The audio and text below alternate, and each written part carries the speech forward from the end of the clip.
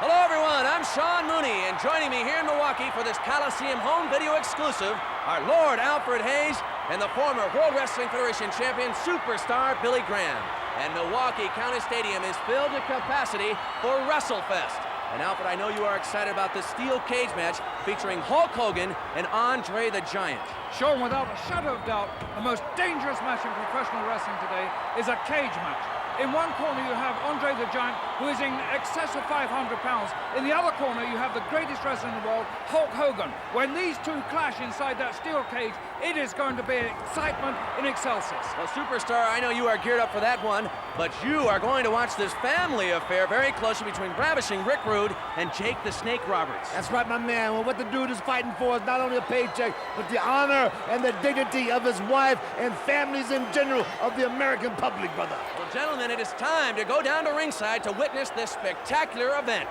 This bout is scheduled for one fall. Introducing in the ring in the corner to my right, from Dallas, Texas, weighing 241 pounds, Scott Casey.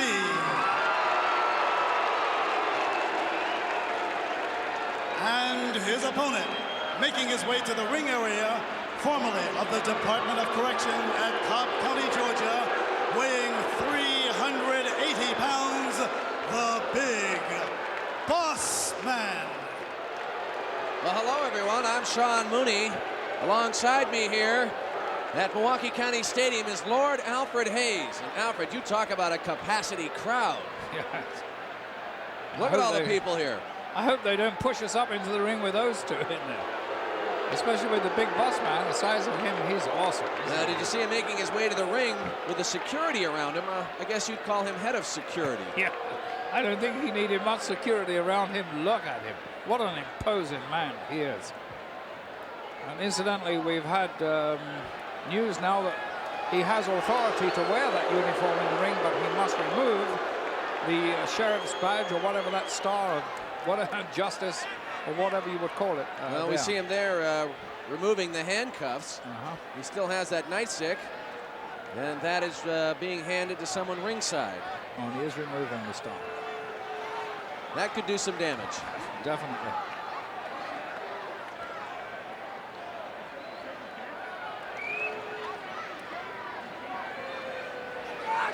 There's a beautiful shot of all these people here, thousands upon thousands. And this is a giant stadium as well. This is a huge stadium. Well, and a nice day to be here too, Alfred. Get some sun. Lovely. Better watch that forehead. I think I've got a touch of sunstroke. Yeah, they're sizing each other up here. The Big Boss Man to face Scott Casey. And we're underway. The Big Boss Man displaying his power right there, shoving Scott Casey across the ring into the ropes. Oh, and he missed there, Alfred. Yes, well, Scott Casey is a very, very fast wrestler. He's been around quite some time. And as a matter of fact, some time ago, he and I tag teamed together down in Texas. And we sort of waged war on other teams in the southern part of the United States. And we went across into Mexico. We did very well together. I know from personal experience that Scott Casey is a very competent wrestler. Well, he's showing that right here, but the Big Boss Man, he thought he sent him out of the ring. He walked right into a blow of Scott Casey. He came right back off the ropes. And now working on the left arm of the Big Boss Man, twisting away, dropping him right down to his knees. Once again. Some good moves there by Casey. Hanging in with that arm ringer, but this man is so huge, it does seem that he could be impervious almost to punishment. Look at that. He misses with a clothesline. It comes back off the ropes into the arms of the Big Boss Man with a backbreaker across the knee. Oh, man. Scott Casey Yes, on the mat. He took a nasty, nasty blow there from the Big Boss Man. And now suffering one of several blows from the knee of the Big Boss Man, his full weight coming down in the back of Scott Casey as he tries to make his way to his feet. The referee now going as close as he dare to becoming disqualified. He's watching this referee most intently. I don't believe he's going to do this. Right down to the second rope, the full weight of the Big Boss Man on the back of the neck of Scott Casey, and he's down once again. You know, Alfred, it is only 1 week away to the big boss man will meet the Birdman, Koko B. Ware, at SummerSlam '88. Yes, and he's going to have his work cut out there, because I've seen this man make good moves on him already, Casey that is, and Koko is a little bit faster than Casey, so if Nice he right can't deal, there. The boss man with a headbutt to the forehead of Scott Casey. He's leaning back on the top rope. and I was saying, Sean, if he can't deal with speed moves, he's really going to be bamboozled by Koko B. Ware, because that is his forte. He is so fast. High flying. A nice flying drop kick may have its effect on the big boss man, that's for sure. As he trapped Casey nicely with that bear hug. And you can see the grimace on Scott Casey's face. The big boss man with that bear hug tries to get him to release with an ear clap. And again, if you can get those biceps right over the earlobes, they'll put air pressure into your ears, and boy, does that ever make your head spin. well, he's going to have to do something, because if he doesn't break this grip, it will soon be over. Yes, Casey did that last one very well. I noticed that both his arms were completely over the ears of the big boss man, so that would have made him shake a little bit there. Well, but I guess he had to do what he had to do right there, biting the nose of the big boss man. And it worked. Well, I don't know if it did. Yes, it did. He went for that sleeper hold, but the boss man is so huge, Casey couldn't get right around him. And that didn't last long. He sends him into the corner. And across the ring, right into the boot of Scott Casey. And the big boss man staggering. Yes, he's teetering and tottering, but he still hasn't gone down. Repeated double axe handle. I don't know whether that's a good thing or not, tell Sean. Maybe he should have gone down there. Well, oh, what a beautiful move by the big boss man. We've seen that before, Alfred. Right into the arms of the big boss man. He waited for him off the ropes and slammed him down onto the canvas. Down for the 3 count. Let's get the official word on this one, Alfred. The winner of this bout, the Big Boss Man. Well, he certainly made short work of Casey there. Casey was moving quite well. He had that sleeper hold on him, but couldn't effectively put it through, execute it. And then Casey came with what he thought was a good tackle from the ropes, but he stepped to one side, gathered him up in that right arm, and brought him crashing to the mat.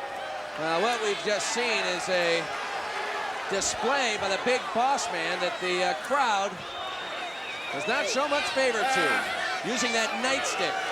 And look at that, he's put the handcuffs very, very imperiously upon his chest there. He's got a lot of nerve, this big fella. But I think we're going to get another look at the finish of this match. Let's take a look. Well, here you see Casey coming off the ropes. He thinks he's got his man here. He ducks under that clothesline, which was a very good shot. But now he just steps to one side, gathers him in that right arm, slams him down. And it's just an easy 1, 2, 3 for the big boss man there. This is a one-fall contest.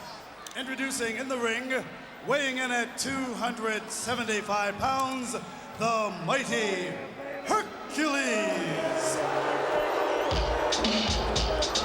His opponent, soon to be making his way to the ring area from San Francisco, California, weighing 269 pounds, is the Barber Beefcake. They're on their feet here in Milwaukee. As Brutus the Barber making his way down. Take a look, Brain. What a huge, enormous crowd here at County Stadium for this World Wrestling Federation event. But the Brewers are eating their hearts out. They'll never do 60 people. At least 60,000 plus on hand here. It's a good front office here, though. Good people are working. They asked me to do a lot of the Brewer games, but I'm pretty busy. They're trying to find a replacement for Euchre, I guess. Well, I understand it. You and Euchre had a big falling out. Is that... He didn't have a big falling out. He just thinks I shouldn't sit in the front row. Oh. Third man in the ring, Dave Hebner. One of the premier referees here in the World Wrestling Federation. Well, he's great.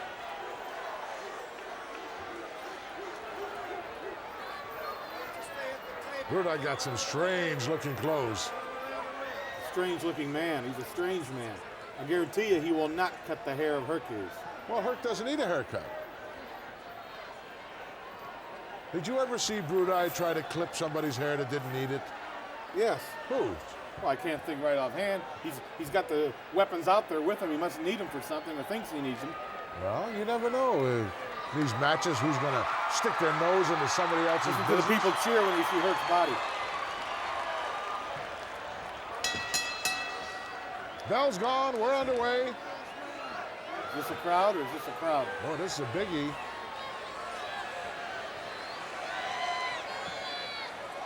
Of course, anything after WrestleMania, when we had, what, 93,000 plus in the Silverdome in Pontiac? I don't want to talk about Oh, you don't that. want to discuss that. Sorry. Sorry I even mentioned it.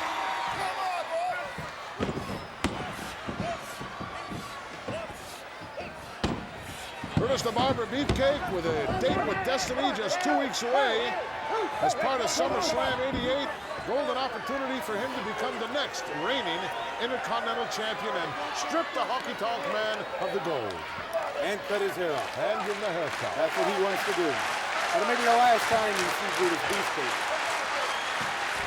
I guarantee he's not going to win that title. He's not going to cut the hair of the honky tonk. But I'll tell you what Hercules is going to do. Going to get bitten by Damien, probably. He's not going to get bitten by Damien. He's going to tie that snake in a knot. He's going to tie Jake the Snake Roberts in a knot.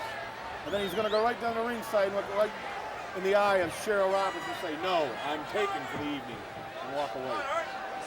Who does he think he is? Remember the Bobby Heenan family. In for the ride, look out, Duck City needs a nice clothesline. Couple of blocks and Brutus and Road are both unloading now. But nobody's delivering a blow here. Come on, Herc! Hercules on the receiving end of those big roundhouse rights. And an elbow right on the cranium, and he's out of there. Good move, yeah. When you think you turn around and I'm not here, there's a phone call I have to make. Why aren't you down there? Because I have my cameraman sitting right next to me, as you can see, and I like to film from different vantage points. All the confidence in the world in Hercules. I don't have to always be at ringside. It would appear to me that a match of this magnitude, if I were the man's manager, I would in fact be down at ringside. You want me to leave? I didn't say Just say so. that. You want me to leave? Just say so. Oh, I guess if you don't think it's important for you to be there, don't be there. Don't want to do this without me. A lot of signs. Can't quite make them out from this distance. It takes me quite some time to get through all these people from where we're located.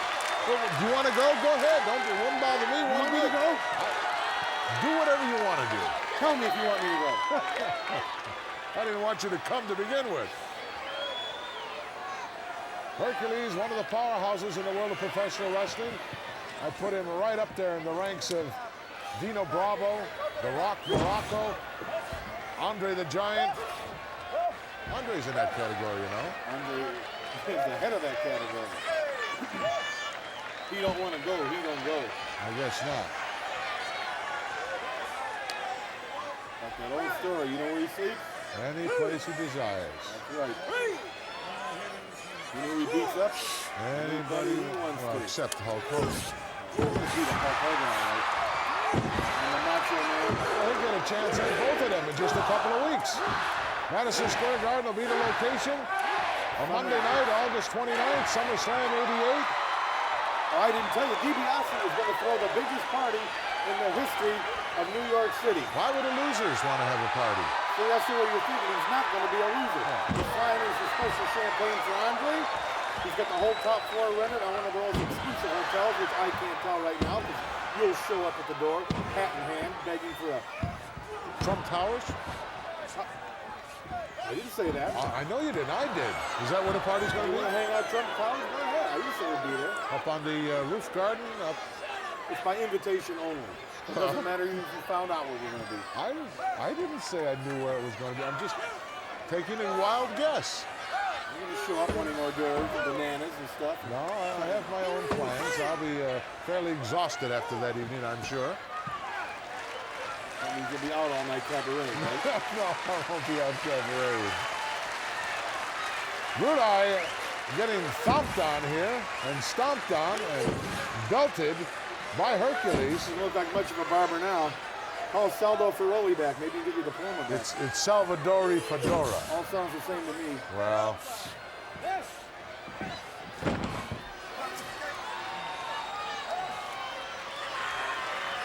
things not going too well right now for Brudai, as Herc really doing a number on him here with this reverse chin lock. Beautiful weather, too.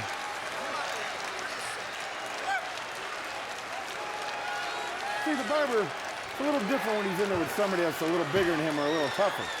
Like the Honky Tonk Man. See, the Honky Tonk Man has dominated every match they've had. Are you saying that Honky is bigger and tougher and better? No, I'm saying he's better, and he's dominated every match they've had. What's wrong with the right arm of Herc? His right arm. Yeah, it's all bandaged up. I believe he's strained the muscle working out. He did. But he won't use it. He won't, there's nothing in that arm. No. It's just gauze wrapped around it. Just an ace bandage and a little tape, just to protect the measure. Tell me about it.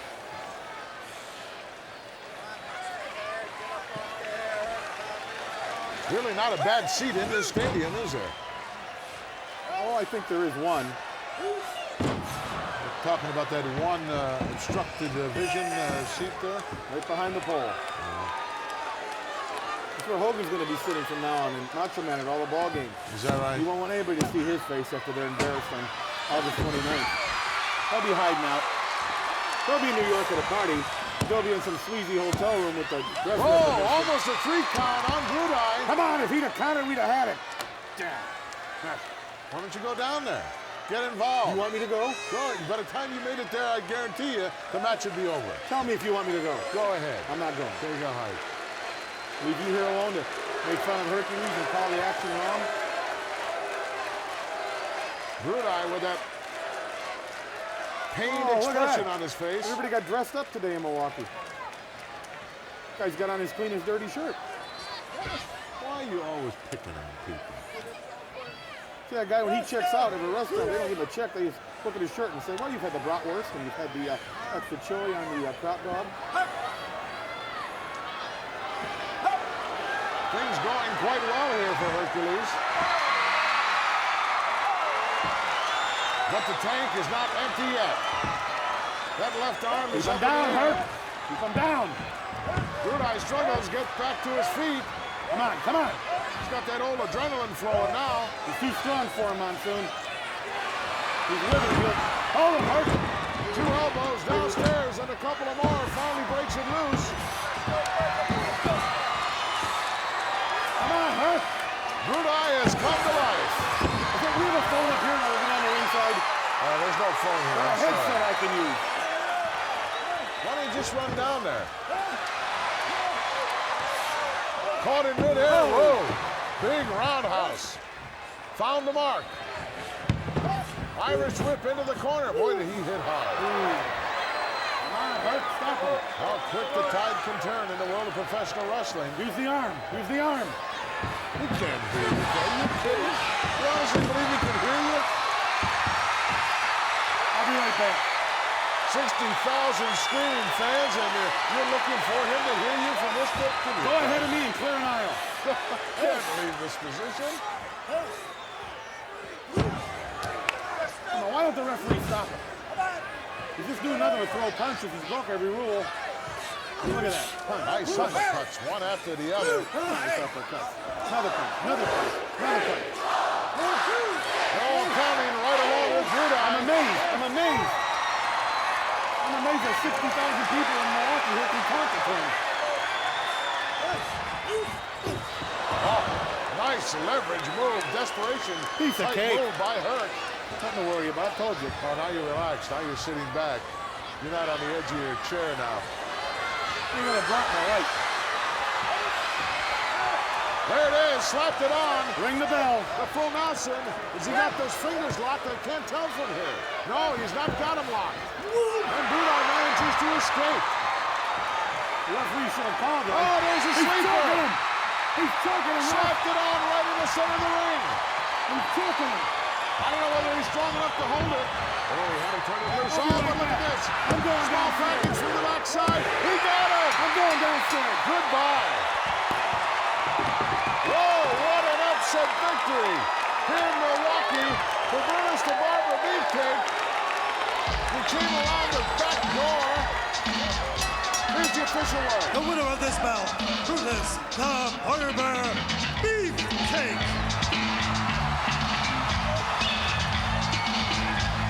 They're on their feet here in Milwaukee. What a victory. Well, it was really quite simple. He outsmarted Hercules. The Brain is on his way down there. He didn't make it. Look, he's got that 15-foot chain. The Brain hasn't made it down there yet.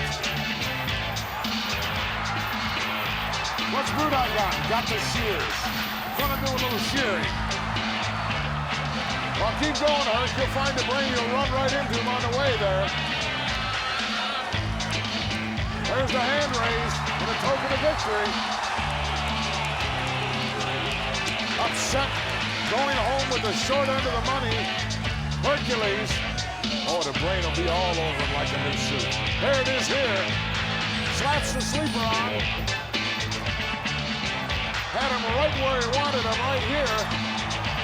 But Hercules, with that fantastic power of his, manages to run right into the corner.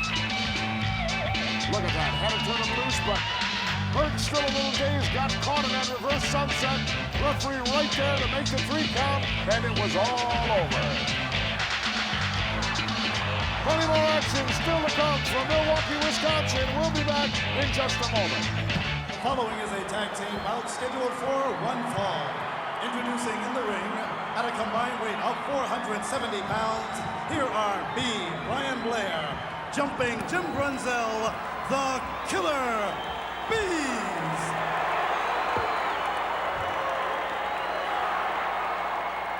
Their opponents, making their way to the ring area, hail from Montreal, Quebec, Canada.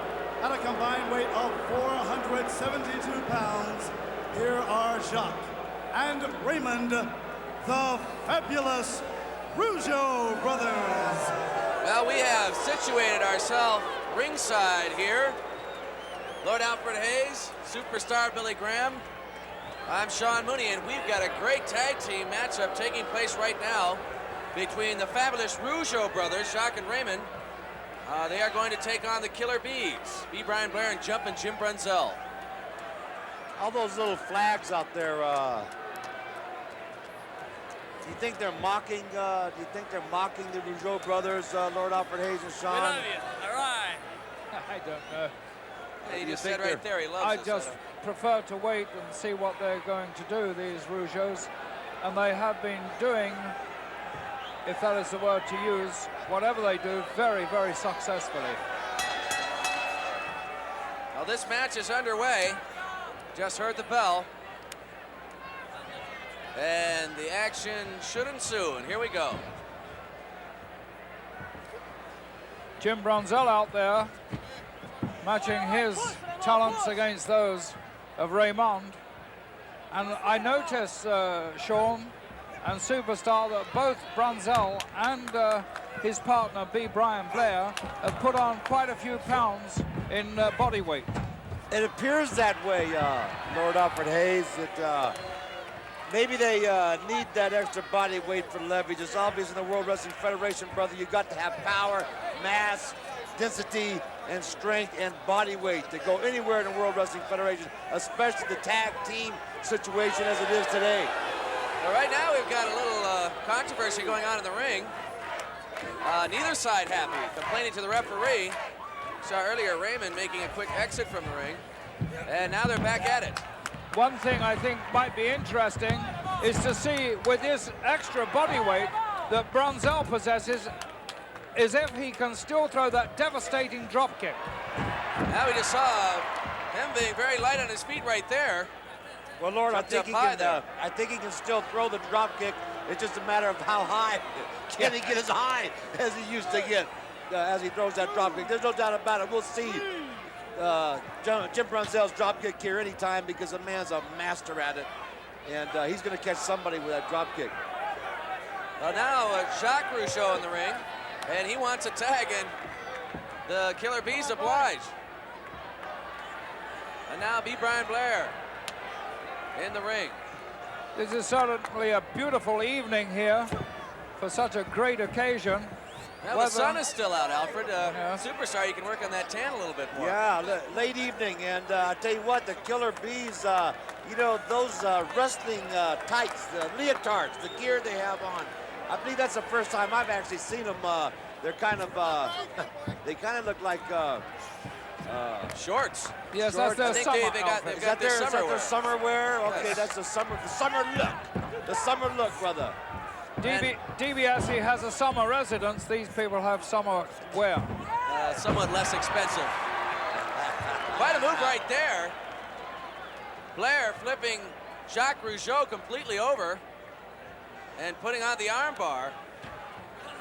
Jacques sends him into the ropes, back across, and a good body tackle by B. Brian Blair. Over the top goes Jacques. And an impressive move there, both feet. Yes, that was Waiting the first, for Blair. Sean, that was the first impressive move of the match. Actually, in my opinion, that was the match has been a bit low-key. Maybe they're trying to fill each other out, but that was the best and most impressive move so far. Well, he's offering B. Brian Blair a hand right now, but that's his left hand, Alfred.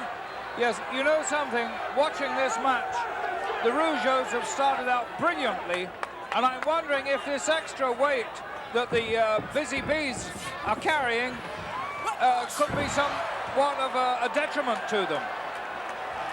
Well, his handshake, the clothesline by B. Brian Blair. Smashes Jacques Rougeau down to the canvas. And that's he where the rolls extra out and weight, makes a tag. Sean Mooney and Lord Alfred Hayes, that's where the extra weight's going to be to the Bees' advantage when they land blows just like that. When they land a clothesline, when they do a drop, when they land a drop kick or a body slam, that extra body weight lends to extra leverage, and that'll be to their advantage. Well, Jacques Rougeau is still feeling the effects of that clothesline, Alfred. Yes, well, maybe the Bees have changed their tactics, just the same way as the Rougeau brothers, I beg your pardon, the fabulous Rougeau brothers have changed their tactics. It might be in their best interest because I tell you what, in the World Wrestling Federation tag team competition is at an all-time high. And brother, you've got to be vicious, you've got to be aggressive, you've got to be mean, and you've got to be willing to hurt people. If you want to be a tag team combination or a threat in the World Wrestling Federation today, brother. Now the Rougeau brothers taking advantage of the 5-second count and using it to apply the wishbone to Brunzell. Yes, and now the Rougeau Jacques brothers. Raymond twisting away at the ankle. Rougeau brothers have excellent tag team tactics. They work so well as a team.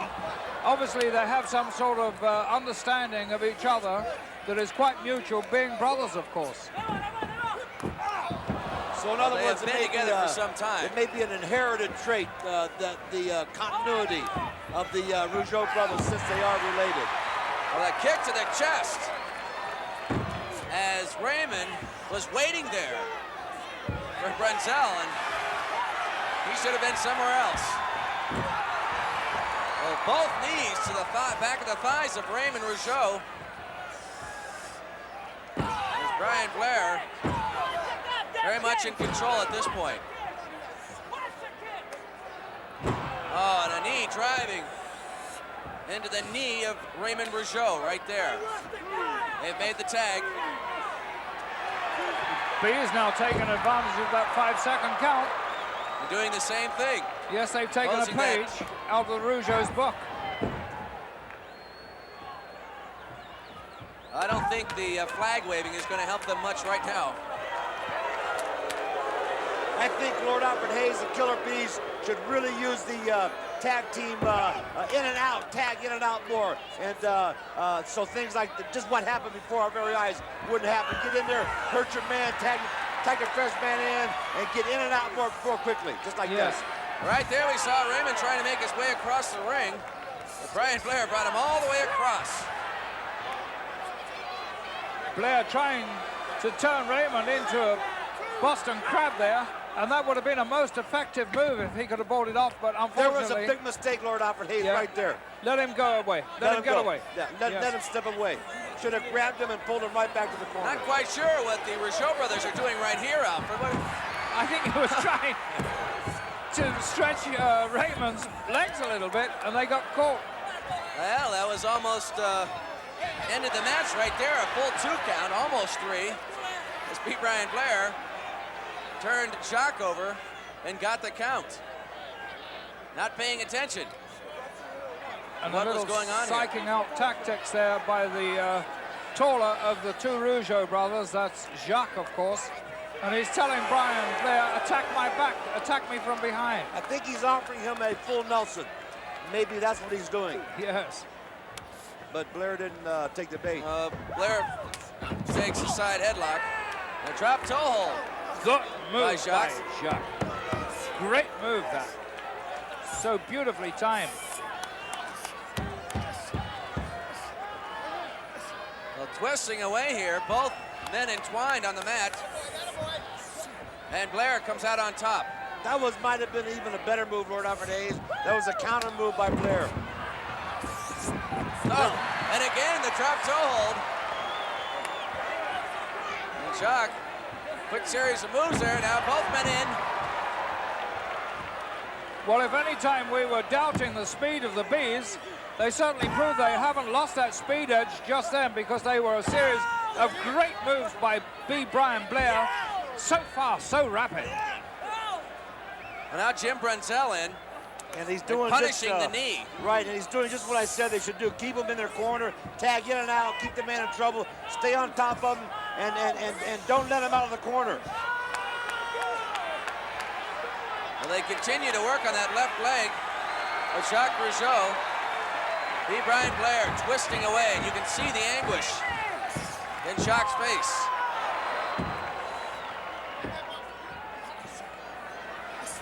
Brian Blair, a very competent young wrestler. Well, turning him over now. He's doing so well at the moment. Looking for the Boston Crab. Jacques fighting, using that upper body strength. But not good enough. And it's set. And well, Raymond Rougeau, right there, using his foot to bring the bottom rope into Jacques there so that he could break the hold. Good teamwork by the Rougeaus. Just excellent teamwork. Teamwork. When one brother is in trouble, he effected a very, very handy escape for him, and Jacques now has a chance to recuperate a little on the outside. Well, and a little you're not distraction approving there. of that move there, are you, Alfred? I thought it was a very good move myself, yes. Being an ex-tag team wrestler. Well, the move worked. Whether you approve of it or not, brother, it worked. And look what happened now. Boston Crab on Brian Blair. The tables have been turned just like that. Caught him off guard. And Raymond had that on very nicely then. He sat back well with it. And that's what you have to do with a Boston Crab. You've got to sit back and straighten up. But Brian Blair nowhere near his corner, so they can't pull off the same move here, as Raymond trying to hold on to this move and finding some difficulty. And Blair turns him completely over. And Raymond, as a two-man, back and forth. And a kick to the back of the thigh. Raymond waiting for him. It wasn't quick enough. A full Nelson imposed here. But Jacques Rougeau sneaking in. Distracting Brian Blair. And Raymond throws an elbow to the back of the neck, dropping Blair. Got the tag here now. Both Rougeaus in the ring. Rougeau's working well together as a combination. And I'm afraid they're teaching the Bees a few lessons here of how to work effectively as a team. With a hard forearm into the back kidney area of Brian Blair. Look at this teamwork here. Got the abdominal stretch on. hopping him over to the corner to make the tag with his brother. Yes, they're Jacques effectively... Rougeau. Watch this karate move coming up here by Raymond. Oh. Oh. That was near the hard area, Lord Alfred Hayes. Yes, it Raymond was. goes for the cover, but only gets 2. It looks like they're going to go to work on Blair now, B. Brian Blair, and really give dish out some punishment. And it was all because of a mistake early on. He turned his head and was distracted, and the Rougeau brothers jumped him. And this is the end result of it right here. Raymond trying to hold on to the chin lock, and now is riding piggyback before Jacques Rougeau comes in to break it up. The referee didn't even see it. They've effectively cut this ring in half, and the Bees now are really in a bad situation. Raymond now up on the second rope, pounding away, but B. Brian Blair picked him completely off the ground, carried him across the ring, and followed up with like a reverse atomic drop right there. Now's the time for the tag, Lord Alfred Hayes. Right now, if we can only find the right corner. The Killer Bees timing it perfectly. And a fresh Jim Brunzell into the ring. And then, oh! Completely flips him over at both feet on the hips of Jacques Rougeau. And a backdrop. And he goes after Raymond as well. Oh, nice move by Brunzell. He's moving so smoothly now. Are we going to see that devastating drop kick, do you think? I hope so. I hope we do. Forehead right there. Rougeau's brothers colliding in the center of the ring. He's locked on that figure 4. Yes, and I know what that hold feels like, believe me. It doesn't feel good, especially when Greg the Hammer Valentine has it on your brother with a shin guard. An atomic drop. And that's a good move by Brunzell. He suckered Jacques right into that. There it is. Oh, A flying drop kick. Oh. Goes for the cover. Well, Raymond came in and saved the day there for his brother, because the Rougeaus were definitely beaten at that one particular point. And now look at this. He's got him. Oh, the Rougeaus have won again. Oh, what a tremendous victory for those young men. The referee only directing his attention when the Rougeau brothers had double teamed Jim Brunzell. Let's get the official word. The fabulous Rougeau brothers.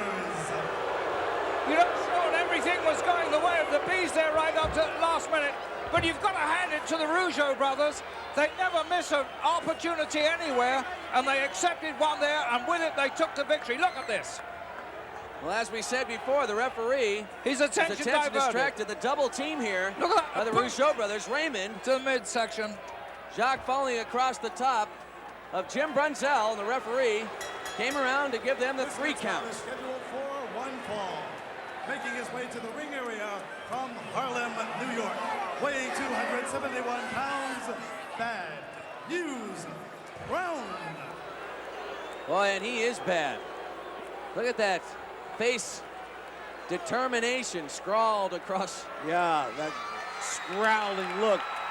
And his opponent from Calgary, Alberta, Canada, weighing 235 pounds, Bret Hitman Hart. I like the Hitman. I like the way it looks. You know, Lord Alfred Hayes, I like his hairstyle, brother. He's got the wet look. I like the sunglasses. The dude's cool, man. He's got it together. He's got confidence. Look at that hairstyle. It's beautiful. The wet look. I think he's ready for the hot weather we're having here this evening. Oh, no doubt about it. Sun's gone down a little bit now, though, so it shouldn't be in their eyes. That won't cause them any trouble now. It's ducked down behind the seats over there. Well, the capacity crowd right here at Milwaukee County Stadium certainly likes Bret the Hitman Hart. Quite a reception that he got making his way to the ring. Yeah, I think Bret could take those sunglasses off now, quite honestly. Well, Superstar still got his on. Oh, yeah. You got to have the look, brother. You got to be cool, you know. These two Does somebody work here? Yeah, we do. Hey, give them to Hey, us. I'll take We'll them. take them. Catch them. Oh, you missed. Superstar, did you used to wrestle in those? Oh, in what, sunglasses? You were that cool. You were that cool. Well, this one is underway. And I like this matchup. Bad News Brown. Yeah, you know, I'm curious, Sean Mooney and Lord Alfred Hayes, has either one of you persons or people, have you ever seen the Bad News Man smile? Have you ever seen him crack a smile? For even when he wins a victory, I don't even see the man smile. I've seen a slight smirk on his face. Yeah, what an attitude this man has. Says he's born and raised in Harlem, but that's all right. But man, you know, the guy's brutal, he's vicious. He most assuredly is. You know, there's two things you could look for here. One is that the temper of Bad News Brown sometimes loses him, or could lose him. I don't say he hasn't lost a bout yet, but could lose him a match. He allows it to show. He lets it take control of him. Whereas Bret Hart, the second point is he doesn't. He burns inside, and he controls his temper.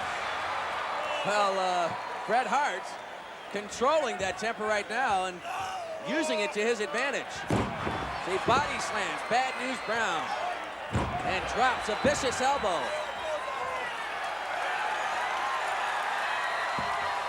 Going for a little bit of fan approval here right now.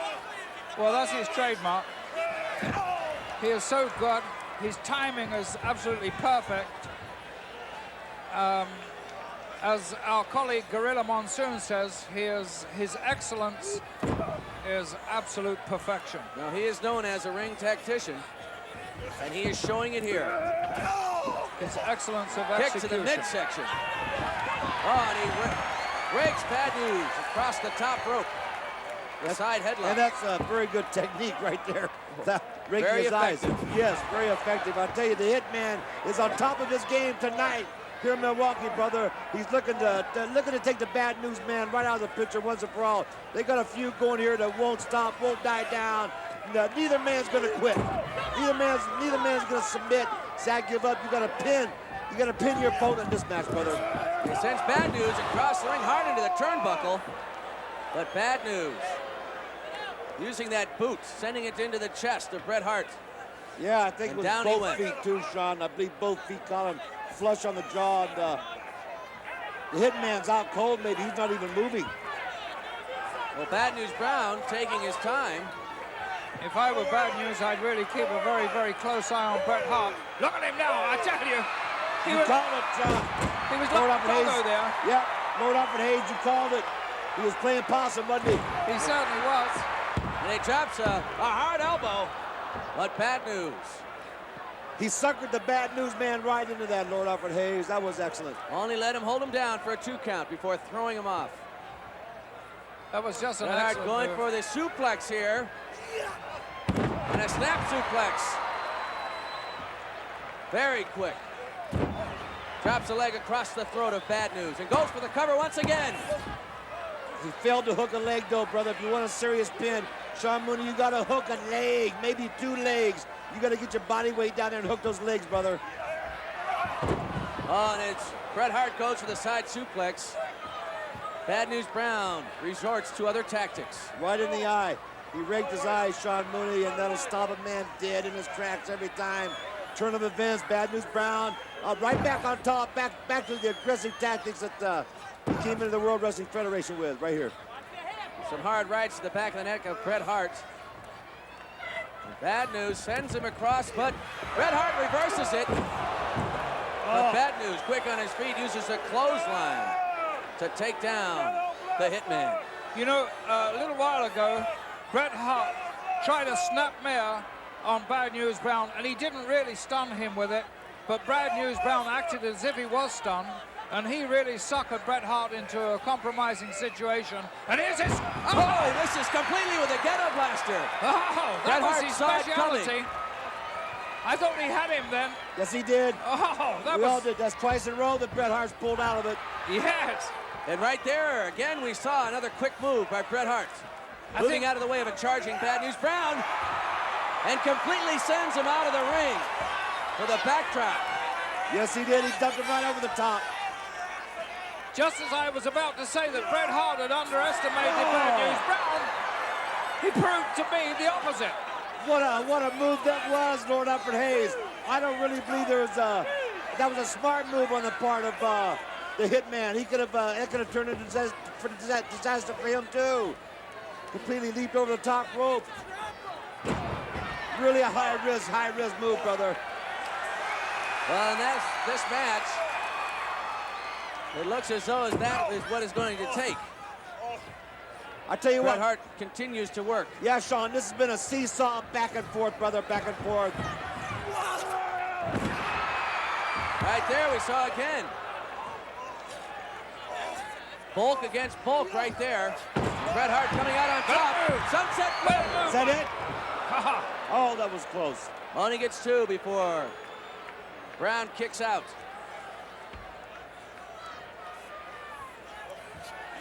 Side suplex once again, but drops him across the knee. Again, he fails to hook the leg, Sean Mooney and Lord Alfred Hayes. When you pin the man, you got to hook something, hook a leg, hook an ankle. You got to get down there, get tight, get snug, brother. You know what I like about Hart's attitude in this match is he's not giving Bad News Brown. Hey, down! Ha-ha! I thought he had him. They grabbed the tights right there. You saw it, Alfred. Well, I'd like to see that again if I could, because I'm pretty sure that there was a handful of tights there by Bad News Brown. Well, now Jim Neidhart has come into the ring very upset about this decision here, going in the favor of Bad News Brown. Because Neidhart saw the Bad News man pull the tights and reverse the pin on Bret Hart. No. Oh, Bret is definitely not satisfied, and that's the wrong place to go. That's the wrong place. Oh, the power of Anvil will destroy him. Well, that was not the place to go to hide. Back into the ring where Jim Neidhart in here. Yes, Bad News trying to get back to the locker room area there. A little vocal protestation there by one of the Harts. I'm not quite sure which one, but he was. The winner of this bout, Bad News Brown. But he was pointing out to the referee that he had his. And here we go, Lord it. Alfred Hayes. The replay. Check it out, brother. Call it like it is, Lord. So there he goes for that. A roll up on him, which he nearly has Bad News Brown. Bad News Brown comes over. And he has definitely got 2 hands on the tights. And look at Bret Hart pointing. And there you see it right at the last moment as he let Bret go. Bret definitely not satisfied. Came out the ring, followed Bad News Brown. And look at this mistake that Bad News Brown makes here. The wrong thing to do. Yes, trying to escape right in the hands of Neidhart. Because look who's waiting for him. Boom! Look at that tremendous right-hander. And another one. Now, regardless of what has taken place in the conclusion of this match, the decision will remain. Bad News Brown, the winner in this matchup against Bret the Hitman Hart. And it is for the Intercontinental Championship. Soon to be making his way to the ring area, accompanied by his manager, Colonel Jimmy Hart from Memphis, Tennessee. Weighing 247 pounds, the Intercontinental Champion, the Honky Tonk Man. What's he gonna do, sing? What's he gonna do here, bro? What's happening? Well, I think he's gonna have a few things to say. We have Gene Okerlund standing by. All right, special guest of mine right now, Colonel Jimmy Hart, of course, manager for the Intercontinental Champion, the Honky Tonk Man. Colonel Jimmy Hart, I want to tell you, I think he's got the biggest test of his career as part of the action this week at WrestleFest when Hacksaw Jim Duggan challenges him for the title. Well, let me tell you something, Mean Gene. Who is the greatest Intercontinental Champion of all time? And why is he, baby? We're going to prove tonight that Hacksaw Jim Duggan is built on a bluff, Daddy. Well, I've got a question to add, Honky Tonk. I seriously do. A big match in front of a tremendous crowd. I just want to say thank you very much. You're a beautiful audience. I know you appreciate the honky-tonk man, and I'm not going to let you down. When this match is over, I'll still be the greatest Intercontinental Heavyweight Champion of all time. And when this is all over, I'm going to sing and I'm going to dance. Thank you very much. Wait a minute. Honky Tonk, before you get away. I gotta go, team. Bye-bye. Well, I'm sorry. Ladies and gentlemen, Intercontinental Champion, the Honky Tonk Man. Well, when he asked, he said he thought the crowd was very appreciative. I didn't really hear too many people cheering. No. But I tell you what, the Honky Tonk Man does have a lot of charisma. You got to give it to the man, brother. He's got a lot of charisma. Oh, and he does have a lot of following. The ring area hails from Glens You can hear them cheer now. 275. Oh, he has his hands full with this guy, brother. Jim Duggan. This crowd has come alive at Milwaukee County Stadium. Listen to him, Alfred. They love Hacksaw Jim Duggan. They certainly do. And he is so inspiring with that ho-ho shout of his. How does that go again, Lord? Ho-ho. Brother, that was fantastic. Hey, I thought Hacksaw was sitting next to me. Yeah. You mean to say you weren't inspired by that? Don't try to record that and sell it, Lord, please.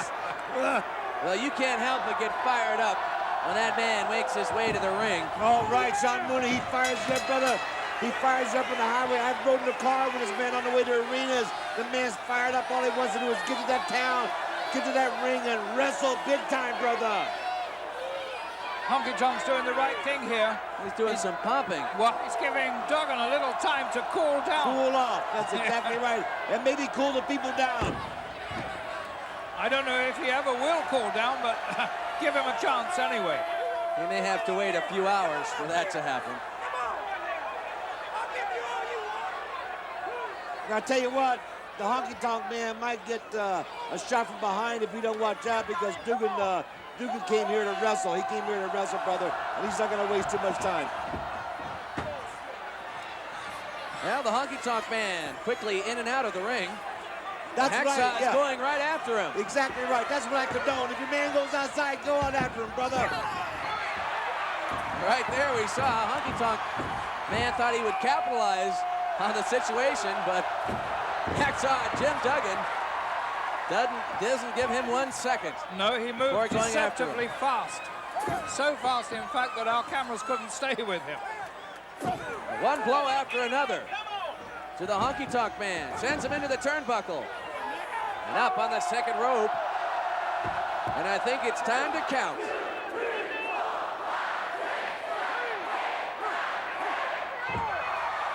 10 big ones. He's got to fall. He's got to drop. I'd like to see him go to 11 once, just to throw everybody off. Honky Tonk teetering around there on rubbery legs, but don't ride him off yet. Into the turnbuckle hard. And again.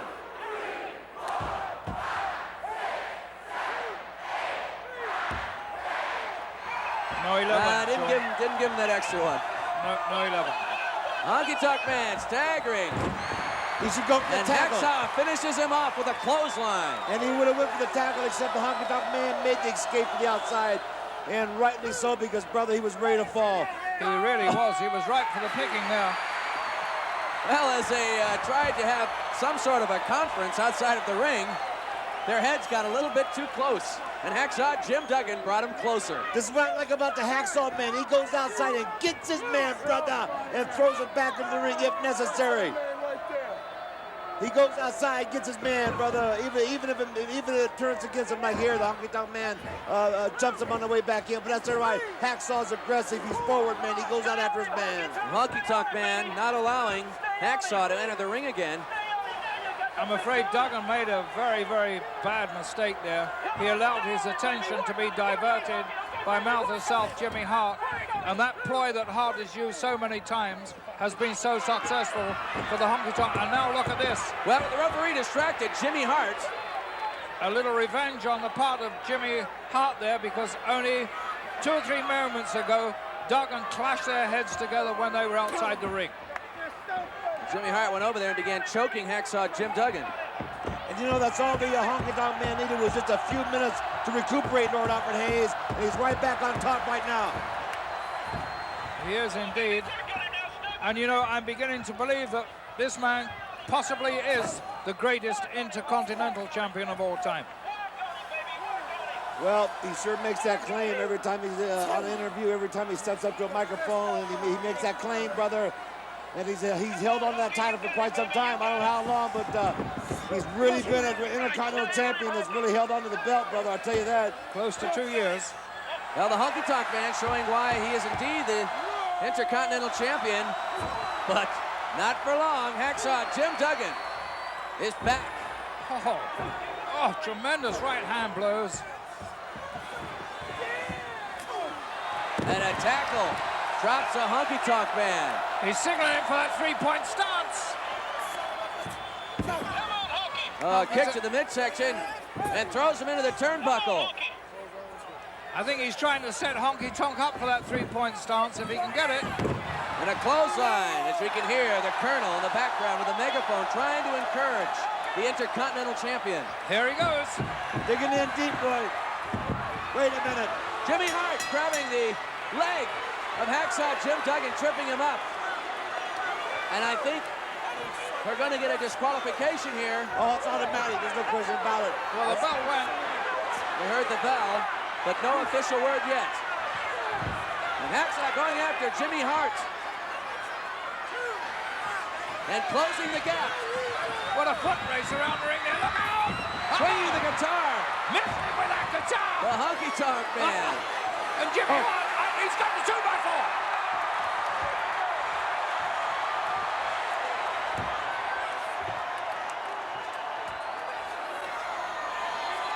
Hacksaw Jim Duggan brings in his own lumber. As the Colonel. Look at this. Duggan's rushed out the ring and he's gone hard. Thrown back into the ring. But he doesn't know it. Behind him, here comes Honky Tonk Man. Oh, what a collision. And his intentions backfire. And Honky Tonk running for his life again as Duggan picks up that 2x4. He's left his guitar in the ring. I think Mel Phillips will take that out the ring. I'm almost sure he will, so.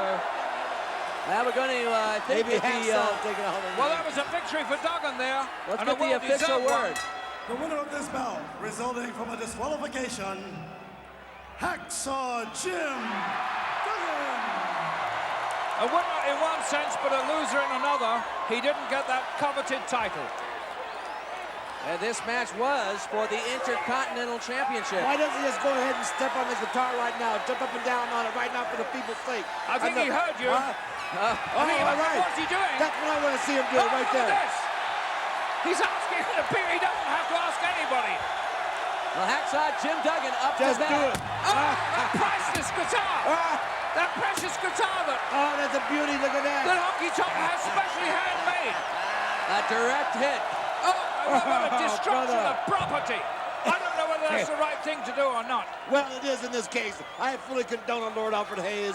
The man's guitar, he was trying to use it as a weapon to take off the head of one Jim Duggan, brother. That's only doing a fair thing, man, evening things out. But Honky Tonk pays thousands of dollars to have those guitars especially made. Look at that, look. Look at that beautiful guitar. Look at this shot. Oh, my word. Oh, that's excellent. It looked like it exploded. This is a tag team bout scheduled for one fall. Introducing in the ring, hailing from the Soviet Union at a combined weight of 583 pounds, Boris Zukov and Nikolai Volkov, the Bolsheviks.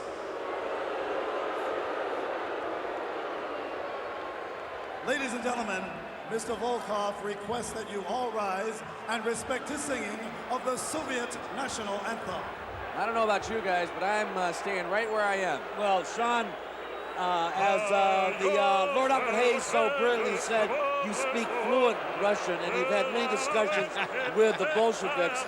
Could you interpret this national anthem for us at this time, please? Or would you rather not even get into No, he's talking about selling vegetables, I believe, and for his country. I see. That's Okay. One day wanting to own the biggest stand in Russia. That's the most I can make out. Well, I tell you what, they're about to buy the farm here with these guys. At a combined weight of 620-pound, Warlord and Barbarian. Oh, look at them. The powers of They are pain. awesome indeed. My man, my main And man. look at right this, there. they're not waiting for any bell. They never wait for Bill, Sean Mooney, and Lord Alfred Hayes. They come in and attack, brother, and they attack big time. Well, a matter of elimination here. Who remained in the ring of the Bolsheviks? And Nikolai, I don't know, would you say he got lucky? Nikolai definitely got lucky to get out of there. Oh, they're awesome looking. Well, this one off to an explosive start. The powers of pain. The Warlord and the Barbarian both in the ring, waiting for one of the Russians to return. And I think they're going to have to draw straws. You know, the Russians have been boasting that they weren't at all impressed with the powers of pain. Well, they haven't faced them until right now, and I would guarantee that they've been suitably impressed with that first brief encounter. Now, Superstar, you have seen the Russian Bolsheviks on many occasions, and they're not to be taken lightly. Oh, no. We know they're aggressive. We know what they can do, and the Russians, you know, you can't trust them for one thing. They're going to be in there for a fight, and they are relatively strong. Volkov, as you just we just witnessed, pushing off the big Barbarian. He only went back about 2 or 3 feet, though. But they're not nearly as strong as the Barbarian and the Warlord, believe me. Well, both the members of the Powers of Pain are over 300 pounds. Oh, and solid mass of muscle. Look at him. The Barbarian, the smaller man, if you can say that, in the ring right now. Yeah, you know, Lord Alfred Hayes, I went into the locker room earlier in the evening, and I asked the Barbarian where he was from, just for publicity purposes or announcing purposes, and he told me none of your business. Where's that? Yeah. Where is I said, that? thank you very much. Next time I'll send in Sean Mooney. I think that's near somewhere. I would have gotten it out of him, Yeah, I'm sure. right. No problem. Yes. I said, thank you very much, and I'll see you in the ring. Look at there. Devastating tackle by the Barbarian on Borisukov. And he's making an attempt to come back here, puts on the side headlock. The Barbarian misses. Oh, what a power slam that was. A Nikolai in to break it up. And I believe somewhere along the line, Lord Alfred Hayes, the Demolition, are taking a good look at this right now, because they've got to be worried somewhere down the line they've got to face the Powers of Pain, in my opinion, brother. I'm sure Demolition are watching this. They're here anyway. But, you know, I would imagine the Russians are very, very confused right now, because every time they've stepped into the ring until they've met this particular duo, they've outweighed and outstrengthened their opponents. Here, they've been outweighed, and definitely the power is on the side of the Powers of Pain. Well, the Warlord now checking into this tag team bout, and I believe Nikolai Volkov is asking for a test of strength. Yeah, he sure is. He's offering the Warlord a little who's stronger, and I tell you what, Volkov is strong, but the Warlord, man, has got it all over him, I tell you. And he brought him to his knees right away. Oh, but Nikolai using his knee to drive it into the midsection of the Warlord, dropping him to one knee. And Nikolai on top. But the tables are beginning to turn. The balance tipping in favor of the Warlord. And down goes Nikolai. Borisukov off the second rope with a forearm to the back of the neck of the Warlord. That's the only way that the Russians can handle the Powers of Pain. They got to double up on them. That's the only way they can handle them. Look at the back on that man. Looks like a drive-in movie theater, brother, so wide. Can you imagine these two guys, Lord Alfred Hayes? You know, they wear this makeup, this face paint on the street.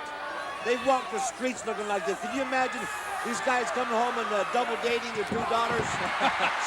Showing up, knocking on the door. Whoa. I'd say no one here at this address. Oh, man. Now the Warlord Taking both the heads of the Bolsheviks and crashing them together. Nikolai still in the ring. I'll tell you Where he what, stumbles out. I'll tell you an observation right here, gentlemen. Neither the Warlord or the Barbarian, Lord Alfred Hayes, have been down to their knees yet. They've both been on their feet. They haven't been knocked off their feet yet. No, they haven't. And Boris Zukov, who's in the ring now with the Warlord, he has tried his hardest to do that. But even this powerful young Russian is not able to accomplish. Look at the agility of the Barbarian. They're simply making it look like it's a toy. They're toys, the Russians. Oh, and right there, Boris Zukov, very alert, jumping out of the way of the charging Barbarian. He went right into the pole at ringside. Yeah, he drove his shoulder, his collarbone right into the steel post. And brought him across into the boot of Nikolai. Now Nikolai in the ring, using the double axe handle in the back of the Barbarian. And Boris in with a kick to the midsection. They're doubling up on him now. Communicating in Russian right now in the corner there. Is that what it is, Sean? I couldn't make it out. What'd they say? I couldn't make it out. But I think it alluded to the double team, which right there backfired. The double clothesline by the Barbarian. The Barbarian beat the Russians to the punch there. If the Pals of Pain have any weaknesses at all, I don't know what they are, because I haven't seen one A backdrop. And a blow for Nikolai on the apron. Body slam. The Barbarians showed that not only can they dish out punishment, but they can absorb it too. And now 4 men in the ring. Referee has got absolutely no control of this match right now, brother. He's lost it. Not at all. Oh, and a collision in the center of the ring. The Bolsheviks meeting head on. Out goes Nikolai. Running slam coming.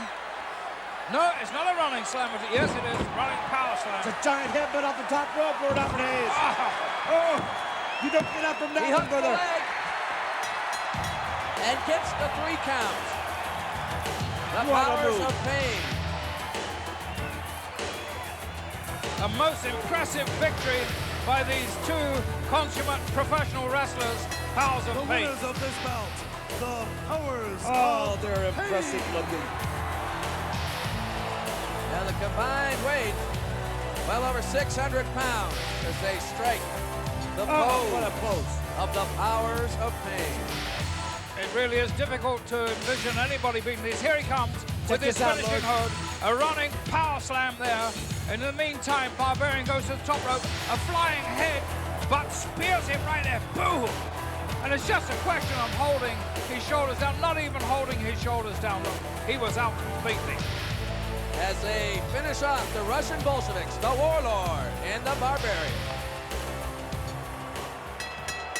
This bout is scheduled for 1 fall. Introducing first from Reno, Nevada, weighing 280 pounds, Jim the Anvil Neidhart. His opponent from Downers Grove, Illinois, weighing 253 pounds, Leaping Lenny Poffo. Well, dusk has settled here in Milwaukee. The lights have come on. Mr. Poffo with a poem. On this historic setting of the Brewers and the Braves, from Molitor to Aaron and the rest, tonight the wrestling world's eyes are glued to old Milwaukee and a spectacle that's known as WrestleFest. All right. He's a great poet, Lord Alfred Hayes and Sean. He's a favorite of yours, Oh, Superstar. yeah, man. The guy can get down with poetry.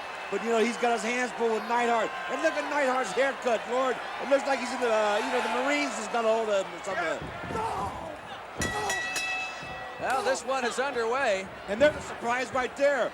Poffo taking the aggressive action against Neidhart. Poffo's going to pin him already. Oh, and he does a backflip right off the top rope there onto the knees of Jim Neidhart, who was waiting for him. I thought that was a little premature by Poffo. And you can hear that shrieking laughter. That cackle. It's a cackle. Jim Neidhart. Yeah, Neidhart is an incredible. You know, he's played with 4 or 5 different pro football teams, and he made the statement that pro football was not tough enough for him. That's why he went into professional wrestling. Can you imagine that? Well, I can believe that looking at Neidhart.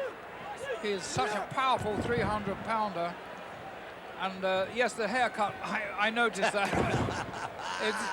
Isn't that awesome? That haircut is looks like he just went into the Marines. I think he got a little carried away with the razor this morning. Just went a little too far above the ears. Oh, he's in a nasty mood here. Look at this. He's biting Poffo, and I tell you, Neidhart probably he's trying to take his vengeance out on Poffo, and he's doing it well. Believe me. As you just seen, 2 devastating rights dropping Poffo. I'm starting to feel sorry for Poffo about now. No, Poffo. Well, he's fighting back though. Series of blows from Poffo. Sends Neidhart back against the rope, but Neidhart reverses. Oh, turns him over, going for the sunset flip, but can't get it. Just a little too much weight for Poffo to drag back there. Lord Alfred Hayes, too much body weight to pull over. Good assessment. Neidhart takes Poffo into the corner and shoulder blocks. Poffo's beginning to look like a bit like a rag doll about now. Yes. The Anvil is mauling him, brother. That's exactly what he's doing. Mauling him, and Poffo is on rubbery legs. He's looking a lot weaker than he did a few moments ago. I think Neidhart is the turnbuckle. I think Neidhart is envisioning Poffo as Bad News Brown or something here. He's getting set, comes with that tackle block, but telegraphed it too much. Poffo getting out of the way. And that's given Poffo renewed hope. He's hitting him as hard as he can, but I don't think there's too much behind those blows. Well, Neidhart's obviously there was a nice power slam. Well, obviously was playing possum at that point, waiting for Poffo to come off the ropes. Well, I think that Neidhart had knocked the sting out of Poffo before that, and he didn't have much behind those blows, and Neidhart chose the winner the of this bout, Jim the Anvil Neidhart.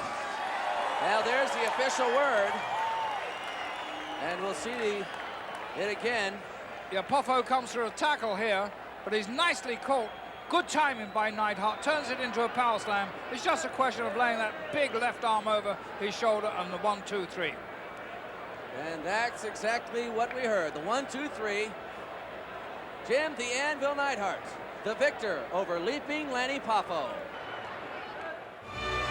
They are making their way out to the ring now, and you can recognize that music for the World Wrestling Federation champion, the Macho Man, Randy Savage. There you see the lovely Elizabeth. Hello, everyone. I'm Sean Mooney, and joining me here in Milwaukee at WrestleFest is Lord Alfred Hayes. And what a magnificent sight that is, all those people there rising for this occasion. They're now settling down a little bit, Sean. Well, this is a spectacular matchup. You see Virgil right there taunting Elizabeth. Well, this is a spectacular matchup between the Macho Man Randy Savage and the $1 Million Man Ted DiBiase. There you see the Macho Man going after Virgil and turning his back on the $1 Million Man. Ted DiBiase went right after him, throwing the champion back into the ring. I'm afraid there, Sean, the champion, Randy Macho Man Savage, allowed his attention to be diverted, and that's exactly what Ted DiBiase wanted and needed to get the edge. A smashing elbow right there, dropping the champion. And I think you're exactly right there, Alfred. He knew that if he went over after Elizabeth, the champion would not stay too far away. No, DiBiase sends him into the ropes, misses with the clothesline there, and the Macho Man comes back with a big one of his own.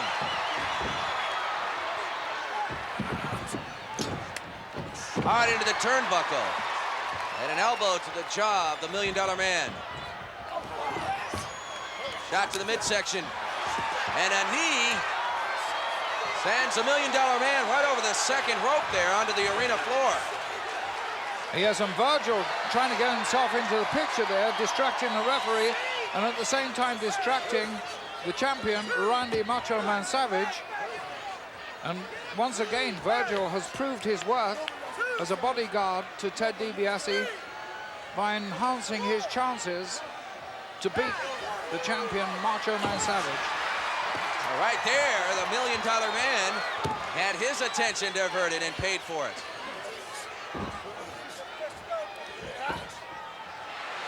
Right here, the Macho Man has the foot of the $1 Million Man, Ted DiBiase. Sends him up high.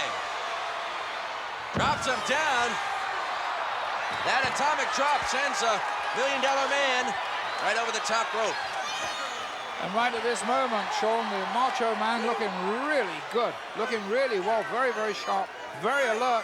He's obviously put in a lot of overtime in the gymnasium to get himself in such fine fettle for this match. Well, Alfred, do you think the plan of the $1 Million Man and the bodyguard Virgil may have backfired on him? Trying to fire him up, going after Elizabeth.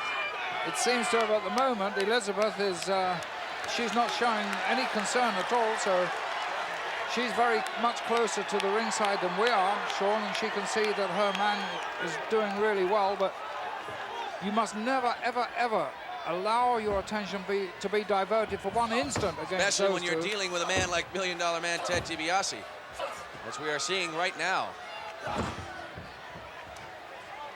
DiBiase can quickly switch and turn those tables upon you. It doesn't take him long. Trying to go for the sunset flip here. The Macho Man fights him off and delivers a smashing blow to the forehead of Ted DiBiase. There with the clothesline. And has Ted DiBiase had enough? Uses a leverage move right there, grabbing the tights of the Macho Man and sending him right out of the ring. Yes, he did. Tactic there, Alfred. Yes, he moved so quickly. Macho Man was very, very quick coming in with that clothesline, but DiBiase was even quicker when he pulled him out there by his trunks. And it was a leverage move combined with good timing. The $1 Million Man smashing the Macho Man's head on the table that holds the bell. Twice, in fact. How quickly these matches can turn, because just moments ago, Savage was in full command of this match. And again, we saw Elizabeth right there trying to come to the aid of the Macho Man Randy Savage, but she is pretty much helpless at this point. Yes, and DiBiase had to get back into the ring then quickly to stop the referee's count. Otherwise, it looked as if both men might have been counted out, and that wouldn't have helped the cause of Ted DiBiase one iota. Now you can hear this crowd here, a spectacular crowd at Milwaukee County Stadium for this matchup. Yes, they were all on their feet there, Sean, trying to get their vocal backing behind Macho Man, urging him to reach down for a little bit extra, but at the moment, it is not there. Macho Man down, the $1 Million Man going for the cover, but can only get two. Did you see the way he came off those ropes, Alfred? Yes. The Macho Man really slingshotted off those ropes into a clothesline.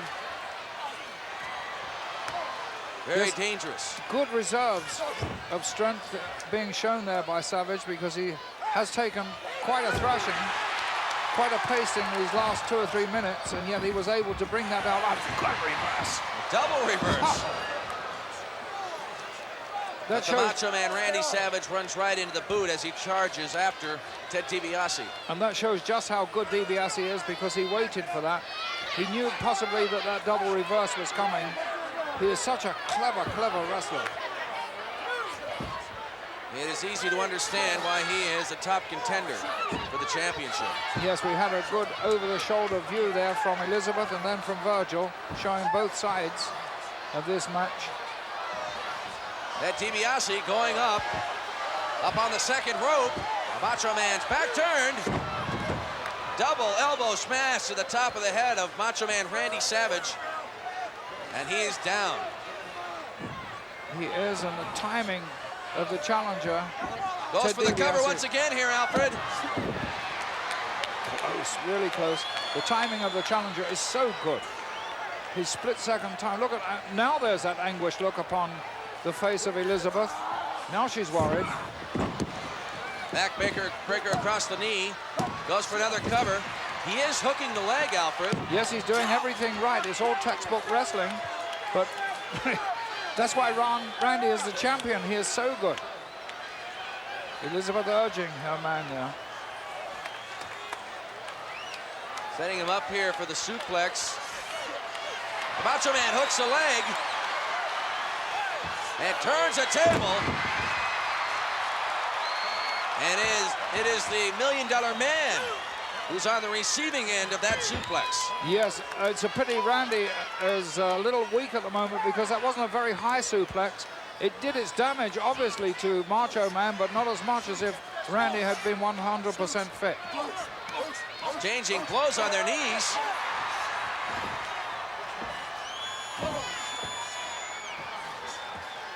As though it were a midget boxing match there for a second, Alfred. Yes. Flying body press off the ropes, goes for the cover. Right into a charging Ted DiBiase with that clothesline. Only get 2 there. This is really a fantastic match on both these men going hammer and tongue at each other, and I'm surprised at the quick reversals that both of them have been able to make at this point in this match, because they've both taken a tremendous thrashing, and yet to keep your brain so clear and so aware of what is going on is awfully, awfully difficult. Great wrestling. Perhaps both men right now conserving energy after the fast and furious pace we have seen preceding this. Definitely.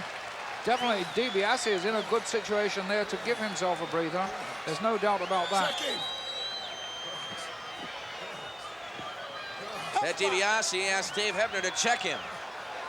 He's got 2. If he gets 1 more. Holding nicely. 2.5. The Macho Man, Randy Savage, reaching down somewhere. Gets back on his feet. But Ted DiBiase remains on top.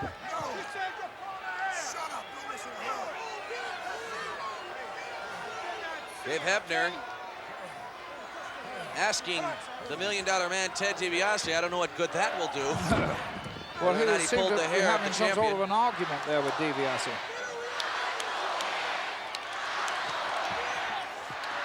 See him driving as he leaps up, holding on to that chin lock.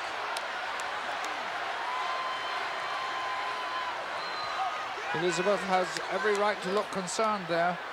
Her man is not faring too well right at this particular moment. And look at Virgil, ever present, always there, regards himself as a sentinel, but he's not slow in coming forward to give a helping hand. All right, there, the Macho Man, Randy Savage, charging into the turnbuckle, ducking at the last second, and driving the head of Ted DiBiase into that top turnbuckle. Good move that by Savage. What an excellent, excellent move. You call that heads up, I guess, Alfred. Yeah, definitely heads up there, definitely. It was indeed. And heads down for the $1 Million Man. And the whole body down, in fact, after that. Savage charge into the turnbuckle. Alfred, it looks as though this match has taken a great deal from both men. It says so much for their conditioning, Sean. These men are absolutely in fine, fine conditioning. And it's showing all the time. DiBiase stepping across, twisting the left leg of the champion. And the Macho Man waiting until the last second and then using that right leg to drive the $1 Million Man, Ted DiBiase, back into the corner. And did you notice how his neck snapped across that third turnbuckle, or the middle turnbuckle, I should say? Could have been a case of whiplash there. And again, the same move sends Ted DiBiase right over the top rope. You think he would have been more cautious, Alfred? I think so, definitely, but you know, now they both had their heads rattled a bit. They've put everything they have into this match. They know what's at stake, so they could make mistakes here. Such as that, for example. Waiting for Ted DiBiase, driving a right fist into the midsection. And now, if ever there is a chance for the Macho Man to finish him off, it is now. Blocks another blow, delivers one, blocks.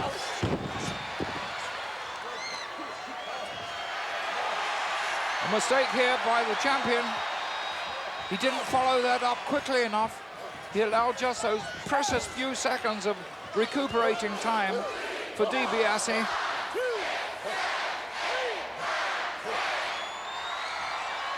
Champion limping. Now he's falling injured that knee. Hooks a leg. Can only get two. Injured that knee, I guess, driving into the turnbuckle when he missed Ted DiBiase earlier. Yes, it was a textbook cover. But everything was right with it. And everything was right with that move, too. My word. Right over the top rope. Snapping Ted DiBiase's head off the top rope there. I don't know if you've noticed, Sean, I'm sure you have, but Macho Man is favoring that right knee that he injured a little while ago very, very heavily now. Perhaps it is starting to stiffen up. It could be in this cold evening air. And up the... Virgil getting involved here. As the Macho Man Randy Savage tried to make his way to the top rope. They are scuffling here. Macho Man saw it coming. Oh! Rolled the $1 Million Man Ted DiBiase back over. And a very close count there, Alfred. Yes, how did DiBiase manage to escape from that? Put his head down. And that's what happens when you do that. And now, I believe, yes, it is. The Macho Man is favoring his left knee now. So obviously, both wheels in trouble. He's trying to impose a $1 million dream here. The Macho Man keeping it high, keeping it away from his neck. Yes, that's good positioning by the Macho Man under such circumstances. He's got it high and he's around his chin. He's got to keep it there. If DiBiase can drop it a little bit, he's gone. Dave Hebner forces them to break. And right there, you see the bodyguard Virgil with a chair. Dave Hebner had his back turned. I don't believe he even saw it. I don't think he did. He must have heard it because it was a tremendous blow. Oh! How is that possible? Unbelievable. The champion showing tremendous courage. After receiving a vicious blow from a chair from the bodyguard Virgil. What great resilience he has. Macho Man. I just take my hat off to him every time. Look at this. Over the small package here. 2 and 3. Got him. What a victory for the champion, the Macho Man Randy Savage. He pulled that one right out of the air because he'd been hit over the head with a chair. He was suffering, and now look at, that's frustration from DiBiase. Now the bodyguard Virgil coming into the ring. The Macho Man, the decisive victor in this one, but it is not enough for the $1 Million Man Ted DiBiase. They've got him completely at their mercy. And somebody better try and stop this because the referee's not going to be able to. Macho Man is down there. That's his best place out of the ring. Ted DiBiase not willing to accept this defeat. Bodyguard Virgil placing the World Wrestling Federation champ's belt around the $1 Million Man's waist. A place where it does not belong. Definitely not, because there was a decisive 1, 2, 3 there that went against Ted DiBiase, and now Macho Man is coming back in for that coveted belt.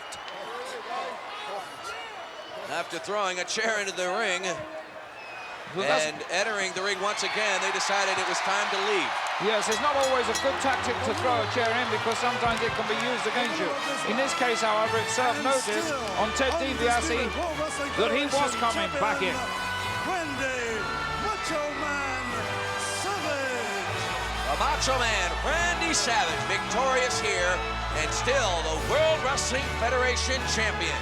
And look at that, absolutely everybody in this packed arena on their feet, the whole of them giving him a standing ovation. Thousands and thousands of people here doing just that.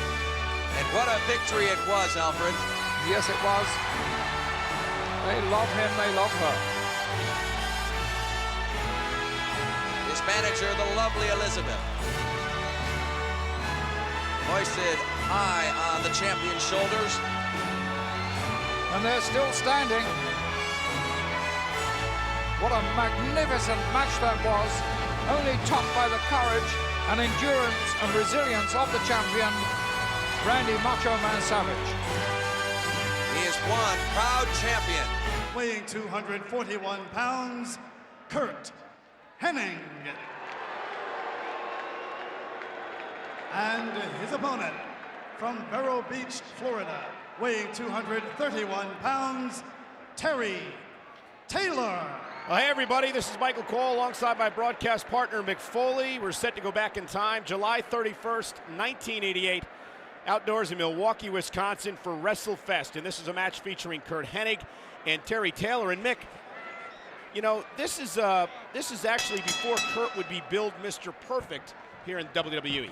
And one of the oddest things about this match is that both these men you see, Terry Taylor and Curt Hennig, were the contenders to be named Mr. Perfect when they came to WWE. Both men came at right about the same time. As you know, Curt turned into Mr. Perfect, and Terry Taylor did not. But why was that? Why was Curt the prototypical model for the Mr. Perfect character? I guess because Terry Taylor just looked like such an excellent Red Rooster. You know, I brought up the point to Michael Hayes that, hey, you know, things had worked out differently. Terry Taylor would have made a really good Mr. Perfect. And Michael said, Mick, why settle for a double when you could have a home run? And there's not really much you can say after that. That's kind of the end of the argument. When this match took place, Curt had just left the AWA, where he'd been defeated by Jerry the King Lawler for the AWA title. And King actually called that match against Curt Hennig perhaps the most favored of his career. And that's really saying something, because I've seen King in some amazing matches. I think what's great and unique about watching Curt at this era is it's when he really started feeling like he was one of the best wrestlers in the world. And why was that? What was it about his style, Mick, that made him stand out? Well, everybody knew that he'd been a very good amateur wrestler, was a great technical wrestler. I saw him in the Meadowlands in New Jersey when it appeared to really affect his confidence when the fans were so pro Road Warrior. That was what we call a heel crowd, a real bad guy crowd. He didn't look like he had the confidence. I think he'd just come off a great series of matches, including the one with the King, and including probably my favorite Curt Hennig match, a 1 hour draw with Nick Bockwinkel. And of course it was in Curt's pedigree as well. I mean, his father, Larry the Axe. But Curt's father worked a completely different style. He was a much bigger man, 300 pounds, raw boned, really a brawler. Curt was able to combine technical wrestling and later on some really great brawling to create a unique style. Mick, I got to know Curt a lot later on in his career, and one of the things I'd always heard about Curt and all the stories I always heard is how much of a ribber he was. He was a practical joker. Any funny stories that you have about Curt? You know what? One of the stories that is still referenced to this day was, he meant this good-naturedly, but he came back from a match in Syracuse, New York, when I just started with WWE, and he came back. He said, "Did you hear that pop? What a pop!" And I guess that was reference to comments that Road Warrior Animal used to make after a particularly good crowd reaction. So to this day, when people say, "Did you hear that pop? What a pop?" they're referencing Curt Hennig. Although I don't have any personal first-hand knowledge of, I was never a recipient of a great Curt Hennig rib. I guess, for example, when the NWO was hiding under the ring, Curt had put some fart spray under there, so apparently the NWO members did not have a real good 4 or 5 hour stay while accompanied by the can of fart spray. Actually, Mick, you came along to the AWA just a few months after Curt Hennig had left there. Did you hear any stories about Curt? Just about what a hard worker he was, and I heard about what great matches he had, and I think he helped bring that AWA title to a different type of fan. And I just spoke with Nick Bockwinkel about that match, that 1 hour draw. I saw Nick a couple weeks ago, and that was the first time that I saw how great Curt Hennig was, and more importantly, what the future might hold for him. And Curt Hennig, when he started and then went into the Mr. Perfect character, he was actually undefeated in WWE for almost a year till he was defeated by the Ultimate Warrior. You know what? Sometimes in our current WWE, which I love, by the way, we sometimes throw the new guys to the wolves. I think one of the key factors in making the Mr. Perfect character so successful is that he had a lot of time to mature. I mean, so essentially when he really was brought out in main events, our fans were seeing a fine wine as opposed to a glass of grape juice. And not only was he a great in-ring technician, but he could also pull it off outside the ring, the entertainment of all those classic Mr. Perfect vignettes. Oh, who can ever forget him throwing the football and catching it himself? Just want to point out here, in case Terry Taylor watches this DVD, which I'm sure he will, Terry Taylor was a great guy and real nice and helpful to me back around that time, 1987, 1988, so I want to point that out. And Terry went on to become a star himself as the Red Rooster, as we mentioned earlier. I mean, people laugh at that gimmick, but it was pretty successful. Well, he is the Red Rooster, which what I am to Dude Love, which is not particularly proud of it. You know, Curt Hennig, just as you see him pick up the victory here, you know, probably the biggest honor of his career came in 2007, inducted into the WWE Hall of Fame by one of the men who was a part of that those vignettes, the baseball player Wade Boggs. And I spoke to Wade about that. He said he was essentially supposed to be a stand-in so that Curt could be shown hitting the ball, and then Boggs would hit a ball so he could travel over the fence. He said they didn't need Wade Boggs to do it because Curt could hit it over himself just fine. Rubbish and Rick Rude never saw it. Jake Roberts running down the aisle to the ring. And that's what we like to see, the Snake going right out after his man, brother. If your man goes onto the floor, go after him. Rick Rude misses with a right. Jake Roberts waiting for him, connects to the midsection. Drops him across the knee hard. And Rick Rude slides out of the ring onto the floor. You talk about timing, that must have been the worst timing in the world for Rick Rude, because his timing to do his striptease act was definitely wrong. His timing to have trapped Jake the Snake on his returning to the ring was wrong. And his timing right now, he shouldn't be here on this particular night, on this particular day for WrestleFest. Jake Roberts. What an observation, Lord. having no patience. And you saw right there, he knew Rick Rude was entering the ring and was ready for him. Oh, over the top. And a right to the jaw of Rick Rude. He holds his head. I don't think I've seen Roberts look so sharp as this for a long, long time. You're right, Lord. He's really sharp. He's really aggressive. He's fast, and he's really on target. He hasn't missed with one single shot yet. As the evening sets here in Milwaukee, it's getting cool out here tonight, and I think that might give him a little more energy, you know? He's definitely fired up for this one. Whatever the case. There's no doubt that he's very true, Superstar. Thinking about those insults to his wife that Rude made some time ago. And with Rude referring to his lady as an old lady, well, I would imagine Roberts has got a lot more in store for him. Rick Rude, timing is close here. Forearms to the forehead of Jake Roberts, and he's down. And Rick Rude taking time out to do a little posing. Yeah, he thinks he's got Jake the Snake under control, which it looks apparently that he does. And he's going to go ahead and flex a little bit, but the Snake's right back on top of him. And he's looking to set the DDT, but can't. Rick Rude too quick for him, sliding out of the ring. Much too fast. Rude surprised me there, Superstar. Yes, he did, Lord Alfred Hayes. He was so quick away from that devastating hold that Roberts can put on you in a snap second. Well, you can hear Jake Roberts saying it was that close. And you know, Rude's been on the floor, on the apron here, on the floor probably 4 or 5 times already. Oh, and he grabbed Damien there. Well, that's no way to treat a snake, brother. No way to treat a lady and no way to treat a snake. That's right. Well, Jake Roberts went after Damien. And with his attention diverted, Rick Rude pounced. That's a sick man we're looking at right there. He's a sick, sick man.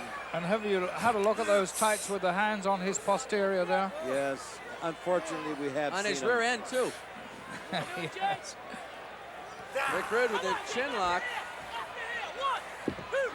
And Jake the Snake going for the hair, which I do right now if I was in his position, because there's no love lost here, brother. This is one of the most bitter feuds in the World Wrestling Federation, maybe in the history of the World Wrestling Federation, Lord Alfred Hayes.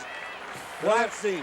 It became very, very personal. Well, Alfred, you had a chance to speak to both men earlier, didn't you? Yes, I did, and I got the impression from Rude that he had nothing to worry about.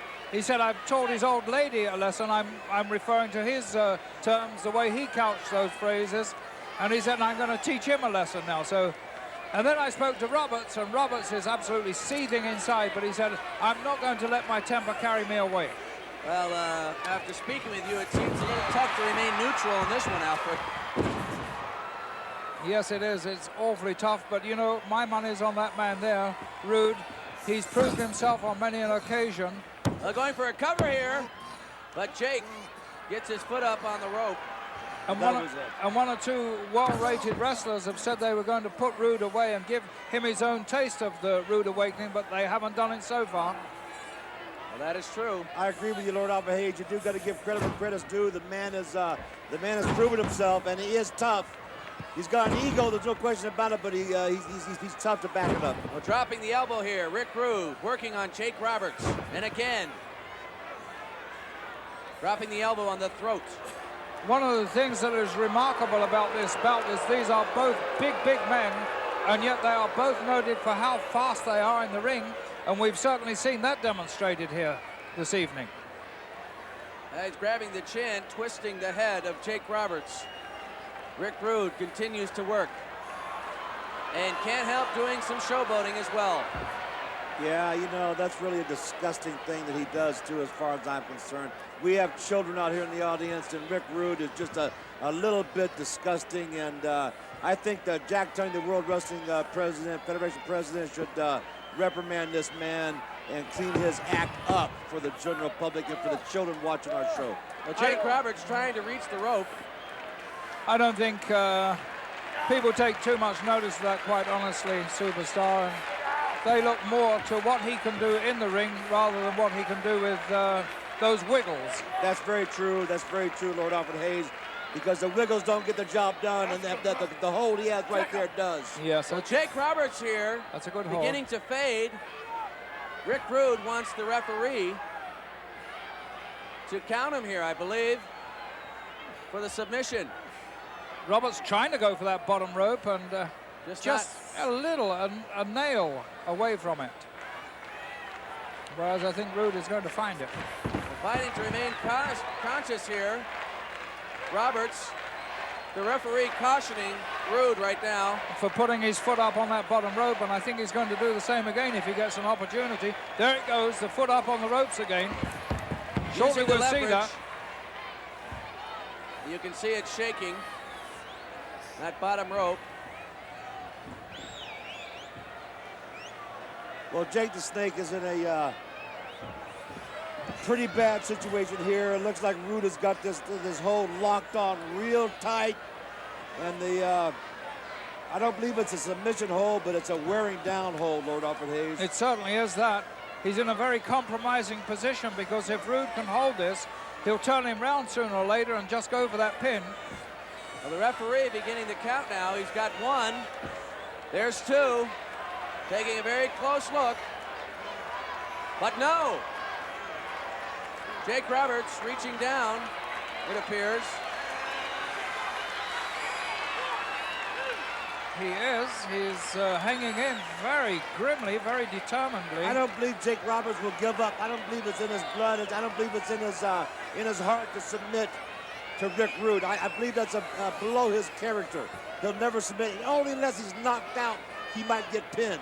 But he'll never say, I give up to Rick Rude, Lord Alfred Hayes and Sean. Not under these circumstances, because it's not only the thousands and thousands of people here at WrestleFest who are watching this, but as we all know, this is going into our exclusive video here for fans all over the world to view. So, right here on Coliseum Home Video. And Alfred, we yes, should remind the folks watching the circumstances that surround this heated battle we're seeing. Yes, well, we should do, because the background would be worth noting. It started, of course, when Rick Rude was in the ring, and he called out a very, very pretty girl, a very beautiful girl, for his version of the Rude Awakening, and that girl happened to be insulted by that invitation, and she also happened to be the wife of that man you see in a predicament right now, Roberts. And when Rude came over to demand that she should submit to his Rude Awakening, she slapped him around the face.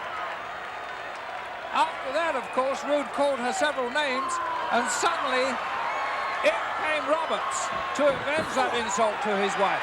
And there, the feud has stemmed. Well, Roberts doing some retaliation right there, raking the back of Rick Rude. And as a result of all this, you're saying before, Alfred, this thing has just continued to brew. And they have waited anxiously to meet. And both men are hurt right now. Both men are hurt. It's a question of who's going to get up first and make the first move, because Roberts took the knees, shot Mooney right directly to the jaw, boy, and almost knocked him out cold, brother. And now we see the Rude man trying to sneak up on Jake the Snake and make his move. That looks more like a snake move he's pulling. Making his way around the ring and yanks Roberts' head down on the top rope, his throat, striking the top rope and snapping him back to the canvas. And it looks like Rick Rude is just full of confidence, Lord Alfred Hayes, right now. Yes, he is. He's very, very confident, and that might be a mistake. Making his way up to the top rope.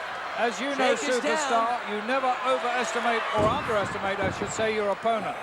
Drops a knee hard on the forehead of Jake Roberts. And now doing a little crimping. I think he really feels that he's got Roberts completely beaten now. Well, Roberts is in a bad position. He's hurt bad. It looks like he's just out cold, and goes for the cover. Oh, and Jake reverses it. And almost got the count himself right there. Yes, his ego almost beat him. Smashes Roberts to the canvas. Rude once again in control. Taking the hair of Jake. And down again. Now it's a question of is Rick Rude going to make a mistake so Jake the Snake can take over again and regroup, because the Snake Man is definitely hurt. But there's still a lot of life left back into him. You know, he's kind of taunting Rick Rude there, like say, come on, give me some more. I can take some more. Yes, he's got a lot of courage, Roberts, if he doesn't have a lot of physical ability right now. He's trying to get it. He's calling him in. But he's got that's courage. Indeed what he's doing. He's telling Rude to come on. And he's quite defenseless, or at least so he appears to be. After suffering a brutal beating. He's telling Rude to come on, show me what you got. Missing with blows. But going after him, one after another. Connecting now. Before Rude uses other means. Yes, Roberts was trying to get that adrenaline flowing. He was trying to psych himself up there, and he wasn't quite making it. Rick Rude just spit on him. Just like a piece of garbage, you would take a piece of garbage and throw it out in the alley. That's where he treated up to the top rope. And Rude drops down hard. Oh, what a devastating move that was. Oh, he's hurt. Turnbuckle. Look, Rude is hurt. Oh, he's really hurt now. He's down. His full body weight. Oh, coming down on that top rope. He's going to give Roberts a chance. He's hurting where it counts, Lord Alfred Hayes. He's hurting where it counts. Oh, this is going to give Roberts a tremendous edge here, because Rude is still down. He is seriously hurt there. I don't even think he can count right now. No. Maybe a hernia. Maybe he's ruptured his groin. Let's hope so anyway. Jake Roberts now. This is delivering some punishment to Rick Rude. Into the ropes. Rude reverses. Oh. But Jake right there with a knee. That slip on the turnbuckle that hurt Rude so much has inspired Roberts. Look at Roberts, he's looking positively fresh right now. And the crowd is fired up here in Milwaukee. They want to see the DDT. And it looks as though he's got the grip on, but the referee forced the break. Well, it was a good counter there by Rude, even though he's hurt. He's obviously his brain is still working. Look at this! Hey, Jake, the tights. Oh my God! Oh my God! I've never seen anything like that before. A revealing look. Oh God! At the real Rick Rude. Rick Rude. Oh my word! Oh, the people are all up here shouting for more. Oh, they're on their feet. And now Jake Roberts mocking Rick Rude. Oh, some despicable gestures there by Roberts in retaliation. He's got his DDT, he's got it on him. Oh, the referee fell down. The referee took the blow. Somehow well, it got twisted up as underneath as Jake Roberts tried to impose a DDT on Rick Rude. I think Rude actually pushed the referee down. I'm not quite sure about that. But in any case, the referee took the full brunt of that DDT. And he appears to be very out of it. Jake Roberts continues to work on Rude. I don't know how Rude is standing after all that. He took the DDT and then some heavy blows too. Somehow or other he's still on, I don't know, he's not unconscious. Well, now Jake Roberts inflicting punishment, and a clothesline sends Rick Rude right over the top rope onto the floor. Oh, what a devastating blow there by Roberts. Roberts trying to revive the referee. Slapping him in the face, trying to get his attention back into this match. And Rick Rude trying to make his way out of the stadium here. It looks as if Rude's going after him. Rude's taking off, and here comes Roberts right behind him.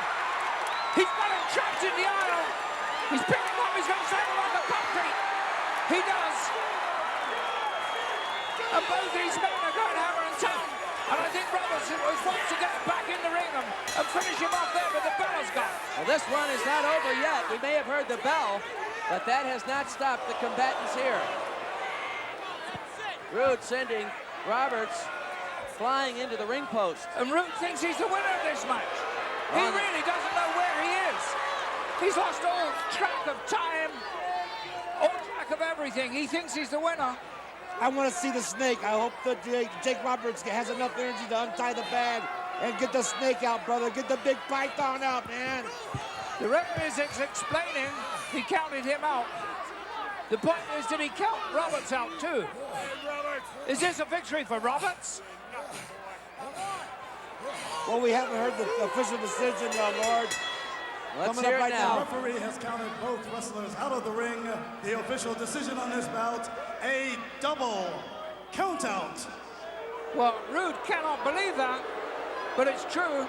I mean, we've listened that from where we're sitting. Here we go.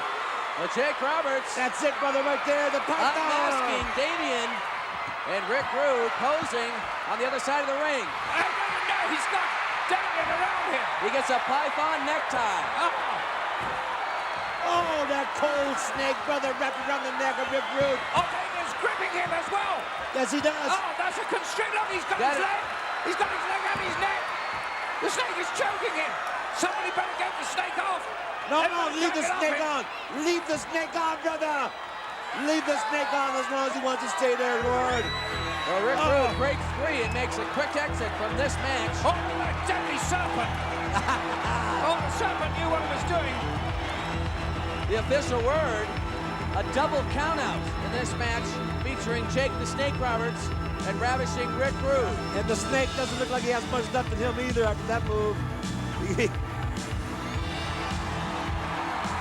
Well, Jake Roberts hoists Damien high overhead for the crowd as he begins to leave the ring. What an incredible match. Yes, it was, Sean Mooney. And this will be a night that Rick Rude will long remember, brother. And Alfred, I don't think this one is over yet. No, there was a lot of courage, a lot of tenacity on the part of Roberts, who went through a very, very bad and grueling phase of this match. He came back and did a lock at that with Damien. Damien. Oh, the constriction on that snake. Yeah, and now watch out, the snake grabs his leg too to get more pressure on that. Look at that. And his opponent from the South Pacific, weighing 270 pounds, King Haku. Now it is time for the royal entrance of the King of the World Wrestling Federation, and you would know something about this, Alfred. King Haku. Well, I would know simply because his predecessor, King Harley Race, was such a good wrestler and such a good king.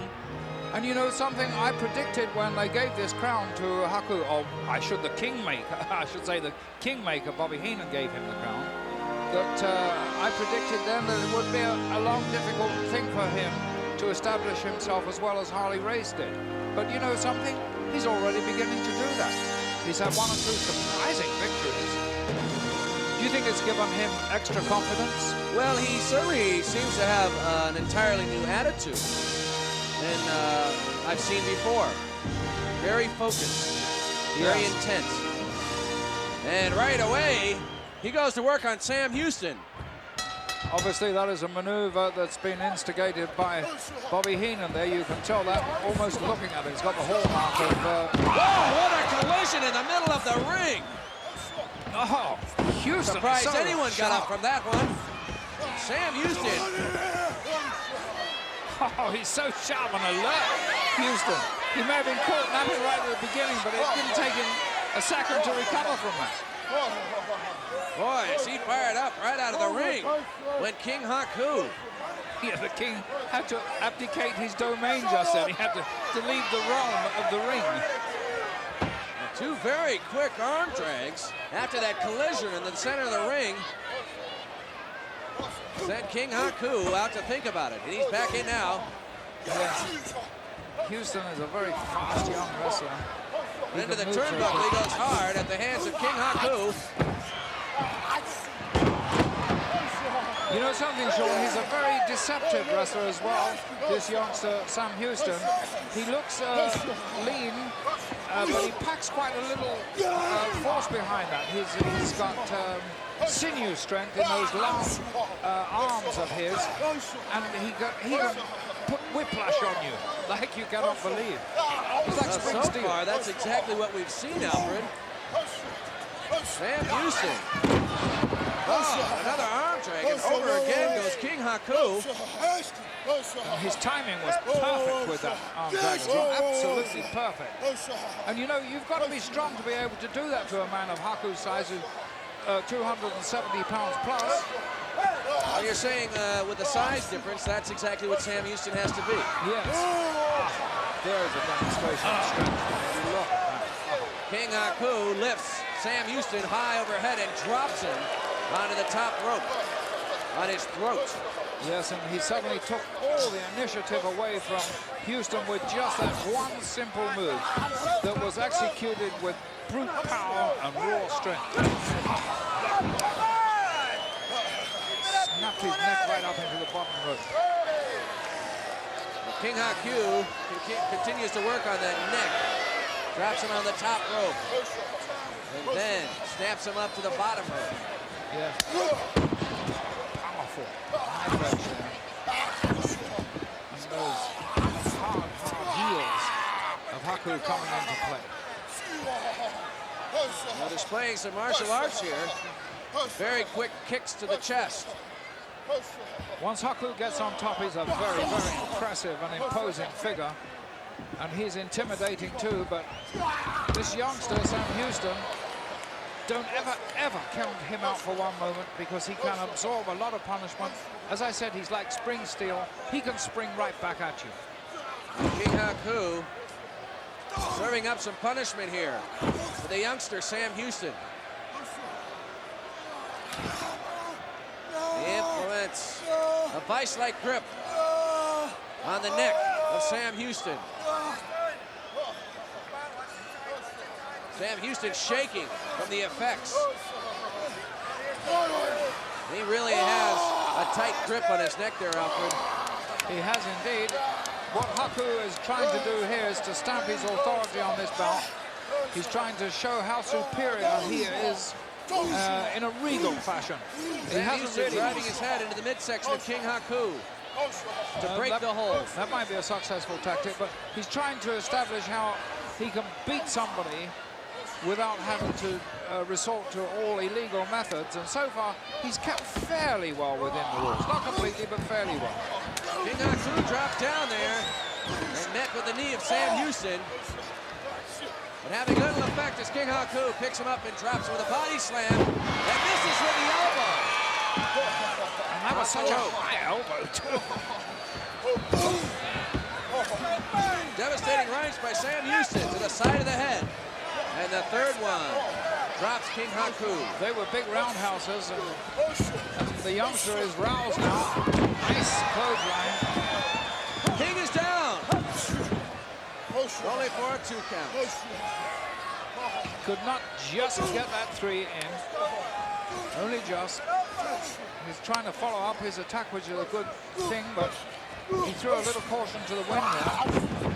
Right over the top. A reverse back kick, a snap kick to the back of the head of Sam Houston. That was nicely judged by Haku. Oh, the pancake. He lifts the leg. And it's all over.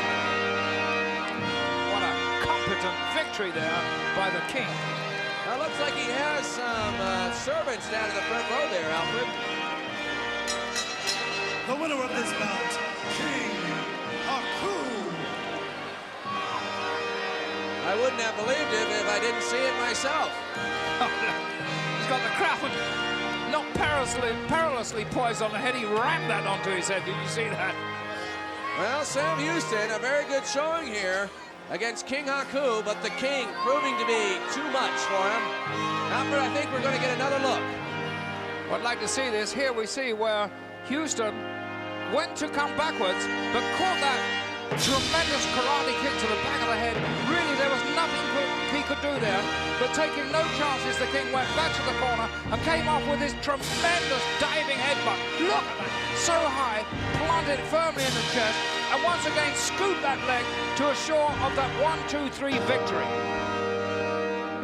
Well, we'll be back with more from Milwaukee. More action taking place right here as the Ultimate Warrior has stepped into the ring. And can you Waving believe, about, look what he has in his hand there, Superstar. That is a weasel suit. Yeah, you know it is, Sean Mooney and Lord Alfred Hayes. And look at how Heenan's observing it. He's taking a long, hard look. He said, am I really going to be stuck inside that weasel suit? He can't believe it. Well, if some of you out there are having a hard time believing that the Ultimate Warrior's opponent will be Bobby the Brain Heenan, that is in fact true. Well, I can tell you as he passed out where we're sitting, the Warrior with that weasel suit, it certainly stinks. Alfred, how did this match come about? You'll have to ask the Warrior, but I'm telling you, he just wanted Heenan there, and Heenan didn't know that he'd signed himself into this actual match. He said he had first refusal of any match against anybody. Then he suddenly found out that he didn't have that. And consequently, that's true. He trapped himself into this match with the Warrior. Well, you can That's see right there. Oh! And This thing is underway already. Yes, it is. That was a great The Ultimate explanation, Lord Warrior, Alfred Hayes. grabbing the arms of Bobby Heenan and thrusting him into the ring post. What an excellent background that was to this match. Well, he will sign these papers, Heenan. Well, contracts, I think he calls them. Alfred, however it came about, the papers were signed and Bobby Heenan could not get out of this one, as though he did certainly try.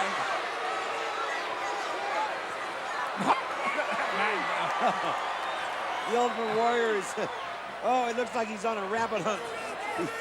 He looks like he's on a hunt. And when he beats that chest, it's like the sound of drums. Heenan looks like he's running through quicksand. It looks like Heenan's carrying a little extra poundage around that. A little extra girth? There, yes. Well, you know, just look at his face the next time we get a close-up. Oh, there's a close-up of Was the hiding Warrior. on the other side of the ring and was waiting for Bobby Heenan. And he cannot get away now.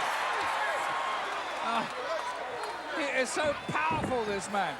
Oh, Bobby Heenan must be thinking to himself, what am I doing in Milwaukee tonight, brother?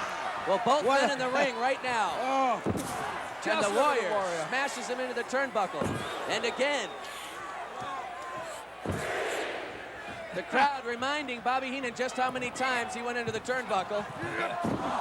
It appears that Bobby Heenan's body is going to pot. It looks like he's really losing his physique. Well, it's going into the turnbuckle right now. Yes, that's right. And Heenan's into his tights.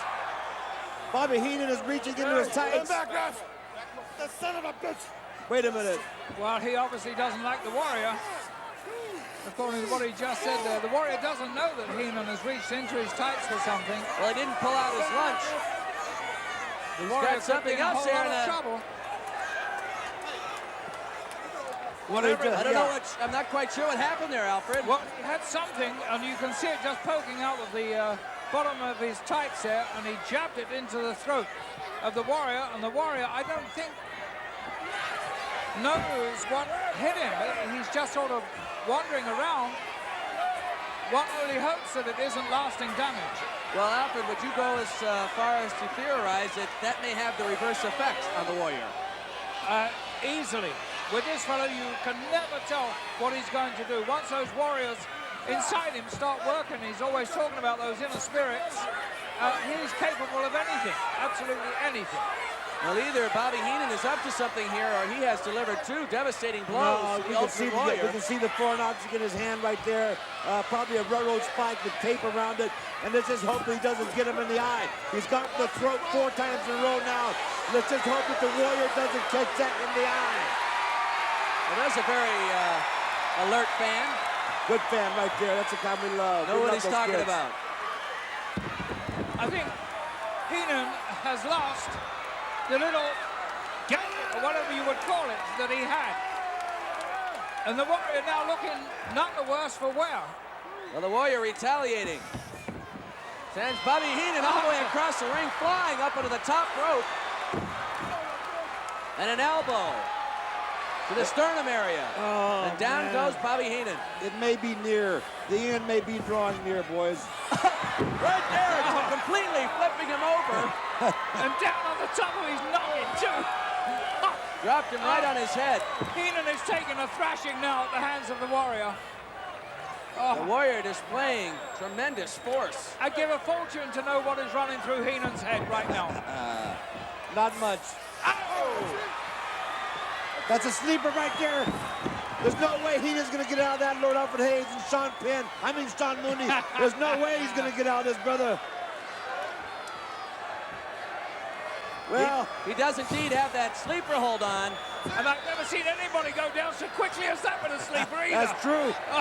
Oh, he's up. He went in squeezing the life out of Bobby Heenan, and he is out. That must be record time for a sleeper, I'm sure. Heenan with no defense at all. And it's pajama time. The crowd. A little waltz time, a little Strauss there. Strauss, Beethoven. Hey, that suit looks like it could fit Andre the Giant. That thing is so big. And boy, as we know, does that ever stink. Yes, yes. As he walked by us on the way to the rink, carrying that suit, it reeked.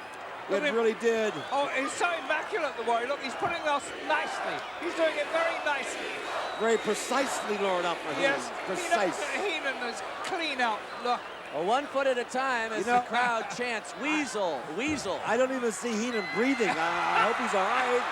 I hope he's still alive. He may not want to wake up to see this. Well, I just hope the Warrior maybe stuffed some super glue in there, maybe a few centipedes from Arizona, a Gila monster maybe, some tarantulas. Maybe tainted the weasel suit just a bit. You don't think itching powder would be enough, huh? You don't think itching powder would be enough? Oh, that would help too. Itching powder too, yeah. Some thorns, some stickers. Let's get this thing right, man. Well, the suit halfway on right now, and Bobby Heenan still out.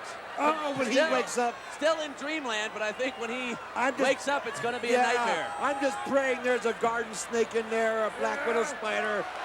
There's got to be super glue in there. There's got a tar and feather. There's got to be something else in there, brother. When he puts them in there and zips this thing up and wakes up Heenan, I can't wait for the action to start then, brother. I can see Heenan's eyelids fluttering a little bit, so he must be on the point of coming to. Is there buttons or what? Yes, he's twitching a little bit, Heenan. Maybe there is a tarantula inside that.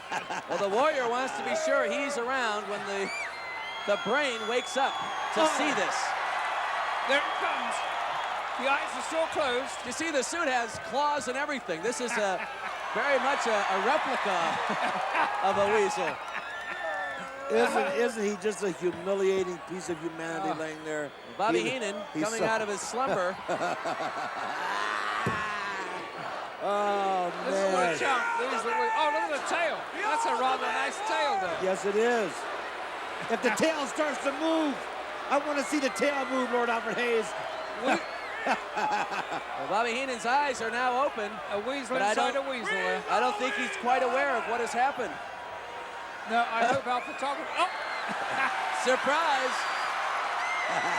Two of them. Chasing his tail. Ah, look at him, look! Oh, he's furious. Yes, he is. Oh, he can't get it off. Yes, he can. Got one arm free. What utter humiliation. Oh, my word. In front of this capacity crowd. That's a harder match trying to get out of the suit than he had for the Warrior. Oh, he's got his leg stuck. It's out. Oh, it's out. The fur is flying here at Milwaukee County Stadium in front of this capacity crowd. There's the replay right there, Lord Alfred Hayes. Checking out the claws. Look, he cannot believe it. And now he's trying to chase his tail. Look at that. Lose his balance. Oh. I don't think I've ever seen anything so funny as that. As Bobby Heenan chasing his tail. Trying to get the suit off in front of this capacity crowd.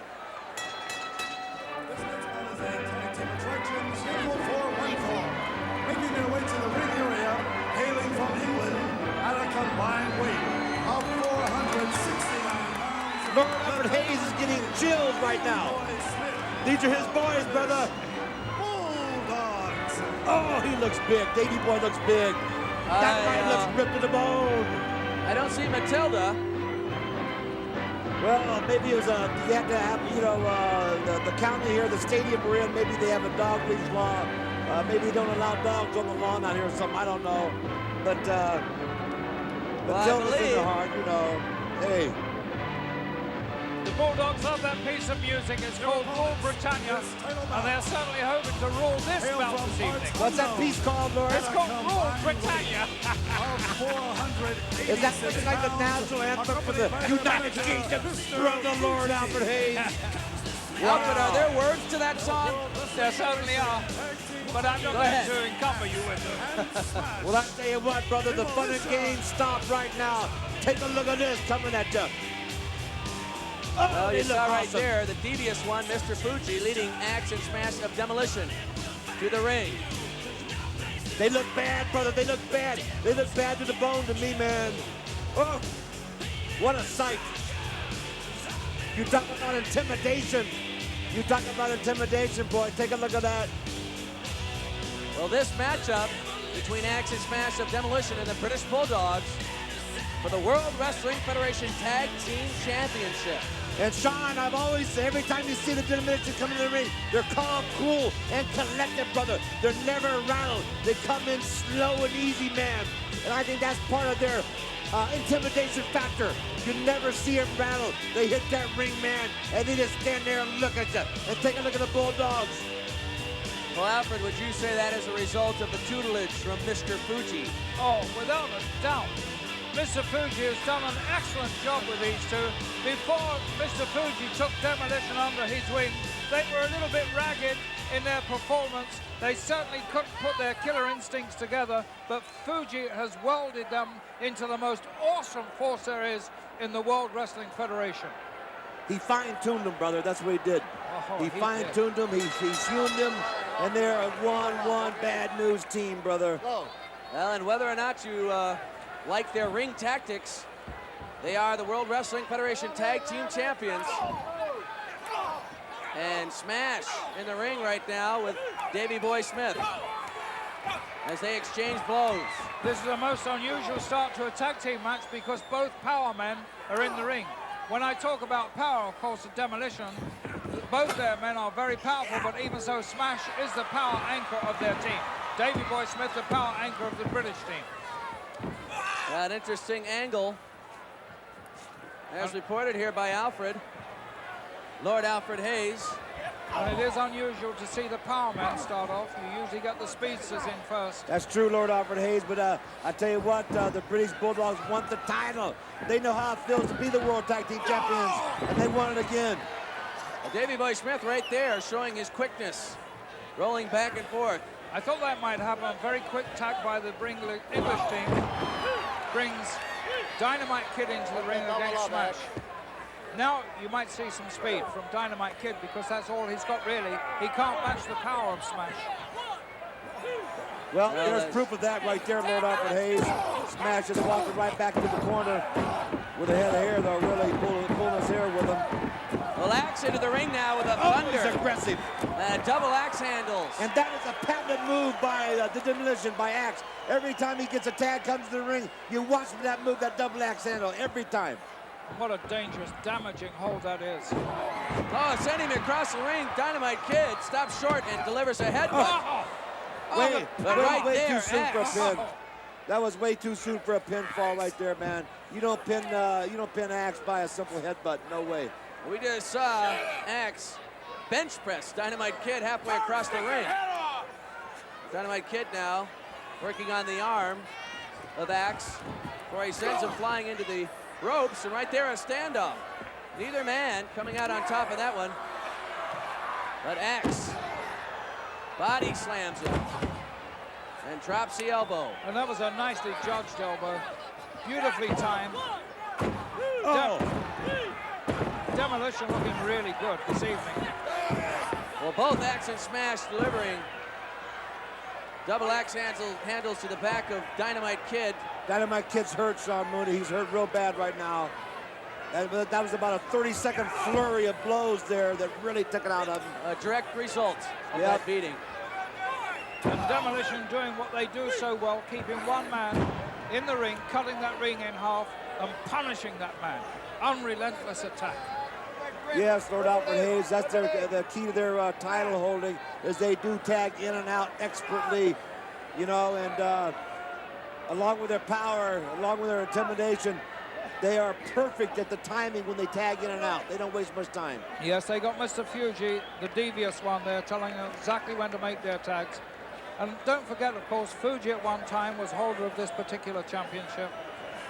Well, they know what it takes to be champions, the British Bulldogs. You know, Lord, right there. That's right, Sean Mooney. Lord Alfred Hayes, you know, the love you have for the British Bulldogs. Have you ever considered that you might... Look at this, a small package turning him over. Yes, it was. It was an excellent small package. Oh, Cook Davey Boy napping on the outside there. Lord, have you ever considered maybe managing the Bulldogs? Because, you know, I know you're very close to them and you're fellow countrymen. And have you ever given it any consideration of maybe venturing into the managership of the British Bulldogs? Well, to tell the truth, I have. But you know what? I think I would change their tactics. I would teach them the ruthless tactics that Fuji has obviously installed into his men. Well, look at here on the outside of the ring, Smash. I should say instilled into his men. With the referee's back turned. And I would train the Bulldogs to be a little more devious and a little more of that killer instinct. Well, that's what they appear to be lacking, Lord Alfred Hayes. And I have often wondered about that when I've seen the Bulldogs, and I know how much you love them. And they're in the same country, and the same blood runs through your veins. As they're, you know, I thought, boy, you'd be a fantastic manager, and probably take them right to the top immediately. Well, Smash taking Davey's Dynamite Kid into his arms. Well, it's true. I mean, I enjoy commentating with you and Sean Mooney, but I'd love to see you take the Bulldogs under your wing just for a short season. Superstars issuing somewhat of a challenge here.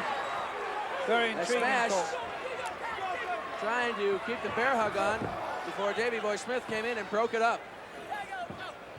And it appears the Dynamite Kid is at the receiving end of all the punishment dished out here by the... Now right there, the Dynamite Kid mounting an offensive. delivering a very well-timed elbow into the jaw of Axe. And here Each comes the man tries tag. to make their way to their corner to make the tag.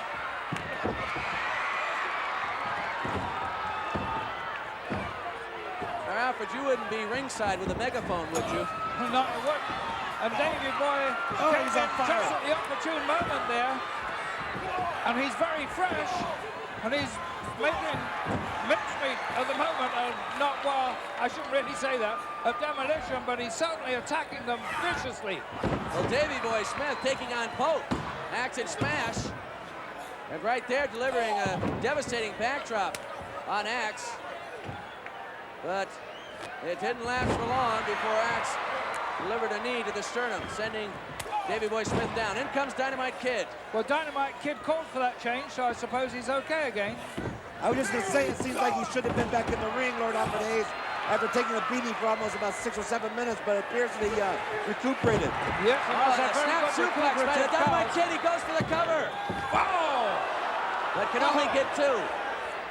He really only got 2 there, but I think the timing of Smash was a little bit off because I think, we've seen this before. A flying headbutt, and he's got it. 1, 2. All 4 men into the ring. It's out of control. It's out of control. Dynamite Kid going for the cover. Axe could not sit still. And Mr. Fuji getting into the hoopla here. And in the meantime, look at this Dynamite Kid had his own version of the stretch upon Smash, but he got hit. Well, then came the cane. By the cane. I think everyone saw that. Oh, man. It never fails. It never fails with a Demolition. Well, I cannot believe what we just saw. Mr. Fuji distracting the British Bulldogs. And Davey Boy Smith went over. And still, World Wrestling Federation Tag I'll Team get the word here. Champions, Demolition. And grabbing the cane of Mr. Fuji and striking it across the back of the Dynamite Kid. We'll Let's see it what again here, happened Alfred. The referee's attraction was diverted by Davey Boy Smith. And in the meantime, Dynamite Kid put that nice grapevine on, stretched his left leg over, and his own version of stretch. There you see, and it's very devastating. While the referee's not watching, here comes Axe with the cane of Fuji, hits the Dynamite Kid in the back, turns the referee around. The referee sees now that he's being pinned and counts them out, counts the Bulldogs out, and the Demolition go on to retain this title. Well, a very controversial decision here in this World Wrestling Federation Tag Team Championship match. And they are still the champions, Axe and Smash. Well, Ken Patera wasting no time before going after Dino Bravo. Didn't even let him get his jacket off. And there is some bad blood between these two superstars. Yes, there is. Ken Patera, former Olympic champion, Pan American Games champion, world champion. And the man is aggressive. The man's on top of Dino Bravo. Brother, I tell you, he's out for the kill right now. A backdrop sends Dino Bravo to the mat hard. Ken Patera delivering one blow after another. Has him on the apron. A forearm across the throat. And again. Patera's fired up. I've never seen him this fired up, Lord. Well, he's not making my prediction look too good at the moment, is he? Patera's really destroying Bravo. Yes, he is at this time, but Bravo's smart enough at that to bail out and take a hike, go to higher ground, think things over, and regroup. But Patera's right out there after him. And sending him back into the ring. And that's smart, Lord Alfred Hayes, not giving him a chance to regroup, to get his act back together, man. Stay on top of your man. Go out there and get him. Well, he's doing just that. That is until now, of course. Oh, an atomic drop. Reverse atomic drop by Dino Bravo. And Patera is down now. A great flying leap there by Bravo has brought him back into this match. Choking Ken Patera here. One of the Canadian assets you need, of course, to become a champion is the ability to absorb a lot of punishment at the beginning of a match and make a comeback. Dig down into those reserves of energy, strength, and courage, and make that comeback, and it looks like Bravo is beginning to do that now. Well, it's now Patera who is out of the ring. And Dino Bravo delivers a blow to the head. And I'm surprised Bravo didn't follow Patera out there and possibly run his head right into that railing, because he is an aggressive, vicious wrestler, and I'm really surprised he's not out there on the floor with Patera. Well, do you think, Superstar, that he's giving himself a little more recovery time in the ring? Possibly Lord Alfred Hayes. That's a very good point, because he did take quite a beating at the beginning of this match. That's so wisely stated. He's made a tremendous comeback here. Well, Patera reverses and follows it up with a clothesline. That was a great clothesline. Taking Bravo right off his feet. What a telling him to get up. Clothesline. And a kick to the sternum and blows to the head. Sends him across the ring into the ropes. Tremendous elbow, Sean Mooney, and he just dropped another one on him. Goes for the cover, but only gets two. Yeah, and he didn't hook a leg, but there's a small package. Oh, well, he's got it nicely caught there. Oh, only the raw strength of Bravo could force himself out of that. Well, Patera felt that there was three. Patera's going in for the kill. He really is. He's going in, but oh! What a clothesline right there by Dino Bravo. Bringing him sideways with a side suplex. Move. Pulls the leg. Oh. This is a does indeed get the 3 count there. And Patera doesn't quite believe the decision.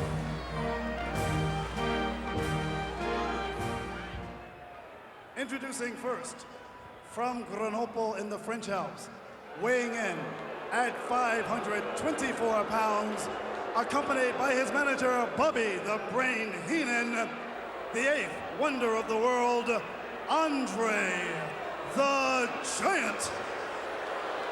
Andre the Giant, he is an awesome individual. Testing the steel cage. Now that is a 15-foot high steel cage that surrounds the ring. And it looks as if the Giant has given his approval to that cage. He tried to shake it down. He was unsuccessful in that. Can you imagine, Superstar? And you've been in cage matches yourself, what it would be like to be inside that premise there with a 500 pounds plus animal. No question about it, Lord. I wouldn't want to wish that on anyone. I'll tell you what, look at Andre the Giant just gazing out over the crowd, intimidating the people, and he's not afraid to step inside that steel cage, man. As a matter of fact, he's looking forward to it. He's not afraid of it at all. Well, there will be a winner in this one. Superstar, you've been in several cage matches. In fact, I was witness to a couple of them, and they were really devastating matches. Tell me, when you're inside there is a claustrophobic feeling.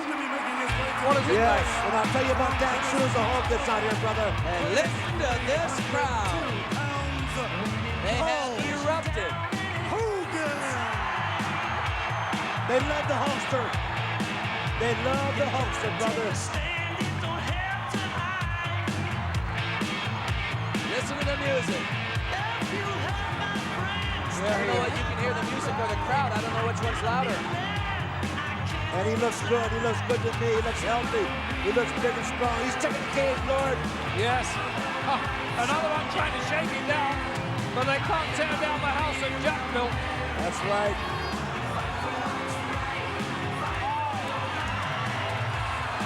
Look at that man. His name is synonymous with everything that is great, truly great, in the world of professional wrestling. There is none better than Hulk Hogan, the greatest wrestler of all time. A very, very true statement, Alfred. In fact, the greatest professional sportsman of all time, and I don't care what phase of sport you go into. And the Hulkster being very careful as he enters the cage, keeping his eye on Andre, because he doesn't want Andre to jump him as he crawls through the ropes here. And Andre does it. He doesn't make a move. I was surprised at that. Well, as I said before, we will have a winner in this one. And the only way there will be a winner is when one of the wrestlers goes over the top of the cage onto the floor or exits through the gate. This one is underway. Andre the Giant and Hulk Hogan squaring off. Andre's giant hands wrapped around the throat of Hulk Hogan. And no referee inside the cage, Sean Mooney.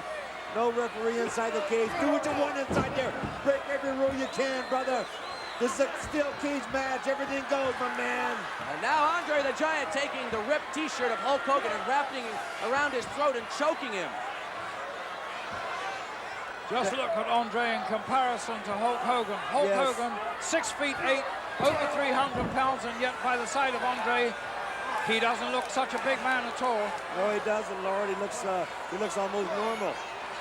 Well, next to someone who is 7'4", over 500 pounds, that is very possible. Oh, and Andre looks like he's in full control. He's choking the champ, the ex-champ out here, and he's got a real tight grip on that, on his shirt, you know, and the Hulkster's in dire straits, Lord Alfred Hayes. This hasn't been a good start for the Hulkster at all, this steel cage match. And Andre the Giant with that shirt still wrapped around the throat of Hulk Hogan. Before we get too far into this match, Sean, what are the provisos here for winning this match? Well, as I mentioned before, the only way that there will be a winner in this one is when one of the opponents goes over the top of the steel cage. Does it have to be over the top? Can he not go out of the gate or something like that, Sean? Also, he can go out of the gate, and that will proclaim the winner. I see. And but he must go over the top and get onto the floor, Alfred. He must reach the cement ground. Exactly, exactly. The same as if you exit through the gate. You must go down onto the floor. He's got his feet right on his throat, right on Andre's throat. What a great explanation of the rules, Sean Mooney. Now that that's clarified, Hulk Hogan has taken control of Andre the Giant. And delivering elbows to the top of the head of Andre. And a blow right there, the crowd counting. They want to see that was a good move by the possible. Giant. He trapped that right arm that was doing all the damage to him. Yes, he did. He trapped it. The Python. Good move by the Giant there. Trapping the Python and of back Hulk to Hogan. The choke. Back to the choke, Lord Alfred Hayes. He's still got the shirt, brother. This is about the third time he's choked Hulk Hogan with his own shirt. And now he's going to tie him up. He's to the cage. Oh my word, if he ties him there, that'll leave every opportunity for the Giant to climb over the top of that cage and jump from the top to the very concrete floor. Yes. Did you say jump? I don't think the Giant has that in mind. I think he'd rather crawl through the cage, brother. Oh, he's enjoying himself though in the meantime. He has Hulk Hogan where he wants him. And is beginning to inflict punishment. Oh, look at those mighty chops. Oh. And blows to the jaw of Hulk Hogan, one after another. He's now giving a thought to the gate. In fact, he's going over to Heenan. Heenan's telling him, get out, come out. And Andre the Giant, here he comes. But Hulk Hogan gets himself free and comes across the ring to stop Andre from exiting. And they'll have to close that gate now. I'm not quite sure how Hulk broke free of being tied up against the steel cage there. Well, I was looking at him and I saw him reach up and just pull that knot and just ripped it asunder. Ripped his shirt in half. Yes. Hulk Hogan has come alive. Oh, he's banging Andre's head into the steel cage. Look at his head right next to the bars. Oh, this is a gruesome fight. And Andre wrapping his arms around Hulk Hogan. He's got a bear hug there, brother. He's got a bear hug on the Hulkster, man. Andre, really a problem to deal with. He is so huge, so heavy. Even a man of enormous strength like Hulk Hogan is finding it difficult to deal with Andre. But he's trying to make his way out. He's halfway there. Andre very quick to his feet. Very quick indeed. Oh. And every blow he makes tell. Well, using a backhand to knock Hulk Hogan off the second rope onto the canvas and drops an elbow behind all of his 500 pounds. If there was a referee in the ring, Andre could have pinned him, but that's not the rules tonight in the steel cage, brother. Bobby Heenan prompting Andre to get out through the gate. But Hulk Hogan is on him. Hulk Hogan was nicely placed there in the middle of the ring to stop that progress. Double axe handle to the back of the neck of Andre. Hulk proving his mettle here. He's really a courageous wrestler, apart from that prodigal strength that he possesses. What's Andre doing there in the turnbuckle, Lord? What's he trying to do, take it apart? He's taking that padding off. He has ulterior motives in mind, obviously. I mean, there's enough steel all around you, man. You don't need to take the turnbuckle off the ring. You're inside of a steel cage. If you want to hurt somebody, just run their head into steel bars. Well, Hulk Hogan with both arms wrapped around the head of Hulk Hogan. Sometimes when the mind is a little fuzzy, as it could be for the Giant, you don't think of those things, Superstar. Well, it appears that Andre is in a little bit of trouble here. The Hulkster's really attacking him. And the Hulkster looks fresh, man. He looks confident. Oh, mighty right. What a blow that was. Oh. And another one. Oh, gosh. Those huge hands. Oh, and drives Hulk Hogan into the steel of the turnbuckle. The padded turnbuckle is no longer there. That is hard steel. Obviously, the Giant finds that easier to do for some reason or other. Look at those huge fists. As Andre winds up and delivers another blow to the side of the head of Hulk Hogan. Now Andre taking his time, coming back in again with that mighty fist. And it looks as if Hulk Hogan is damaged. It looks like he's been badly injured there. And he's biting him. He's taking a bite out of the Hulkster, brother. And another mighty fist. And Hulk sinking. Well, Hulk Hogan. And I believe he's cut. He's been lacerated. He's been lacerated, you're right. He's been into that turnbuckle, that steel turnbuckle, and his head is split wide open. Oh, and Andre wants to punish him now, Lord Alfred Hayes. Yes, the Giant not thinking now. No. Because he should be making his escape, but he's too involved now in punishing Hogan. Well, Alfred, can you see, is that having any effect on Hulk's vision? Oh my, well, that was across the bridge of the nose. He may have broken the Hulk's nose there. In fact, I think he has. His nose is swelling very, very quickly. And a headbutt. Heenan's trying to get the Giants' attention, tell him to get out while the going is good. Can he see, Alfred? Looks as though he's having trouble. There must be just enough vision to get that mighty leg. Holding onto the boot of Andre, dragging him back in to the action. He's so courageous. Oh, he is. He's taking a beating here, maybe possibly a beating of his life, but he's not giving up. The Hulkster's got more courage than all of us put together, brother. Look at him out there. In the meantime, Andre is showing signs of where he's countering. Andre's going. Well, he missed there. He's trying to connect with a boot, and Hulk Hogan across with a clothesline. Not enough, but certainly enough to stagger Andre. He's going to finish him off before he attempts to get out the ring. He can't go for that escape until Andre is out. He's nearly down. He's down, yes he is. He's down on one knee. He's trying to struggles back up again. And Hulk Hogan in control. Oh, another mighty blow. Really. Oh, look at the Giant. He's down. Now's the time to make a move. I've never seen that before. And he drops a leg across the throat of Andre the Giant. And now Heenan's coming into the ring. He's trying to stop Hogan. He's in there. And all those are wasted efforts. They're making no impression upon Hogan at all. Look at Hogan. Oh. Where's Andre going? He's attempting to go to the top. He's going over the top. And look at, he's like a huge, prehistoric creature up there. Well, Hulk Hogan now has in his hands what Bobby the Brain Heenan was using as a weapon against him.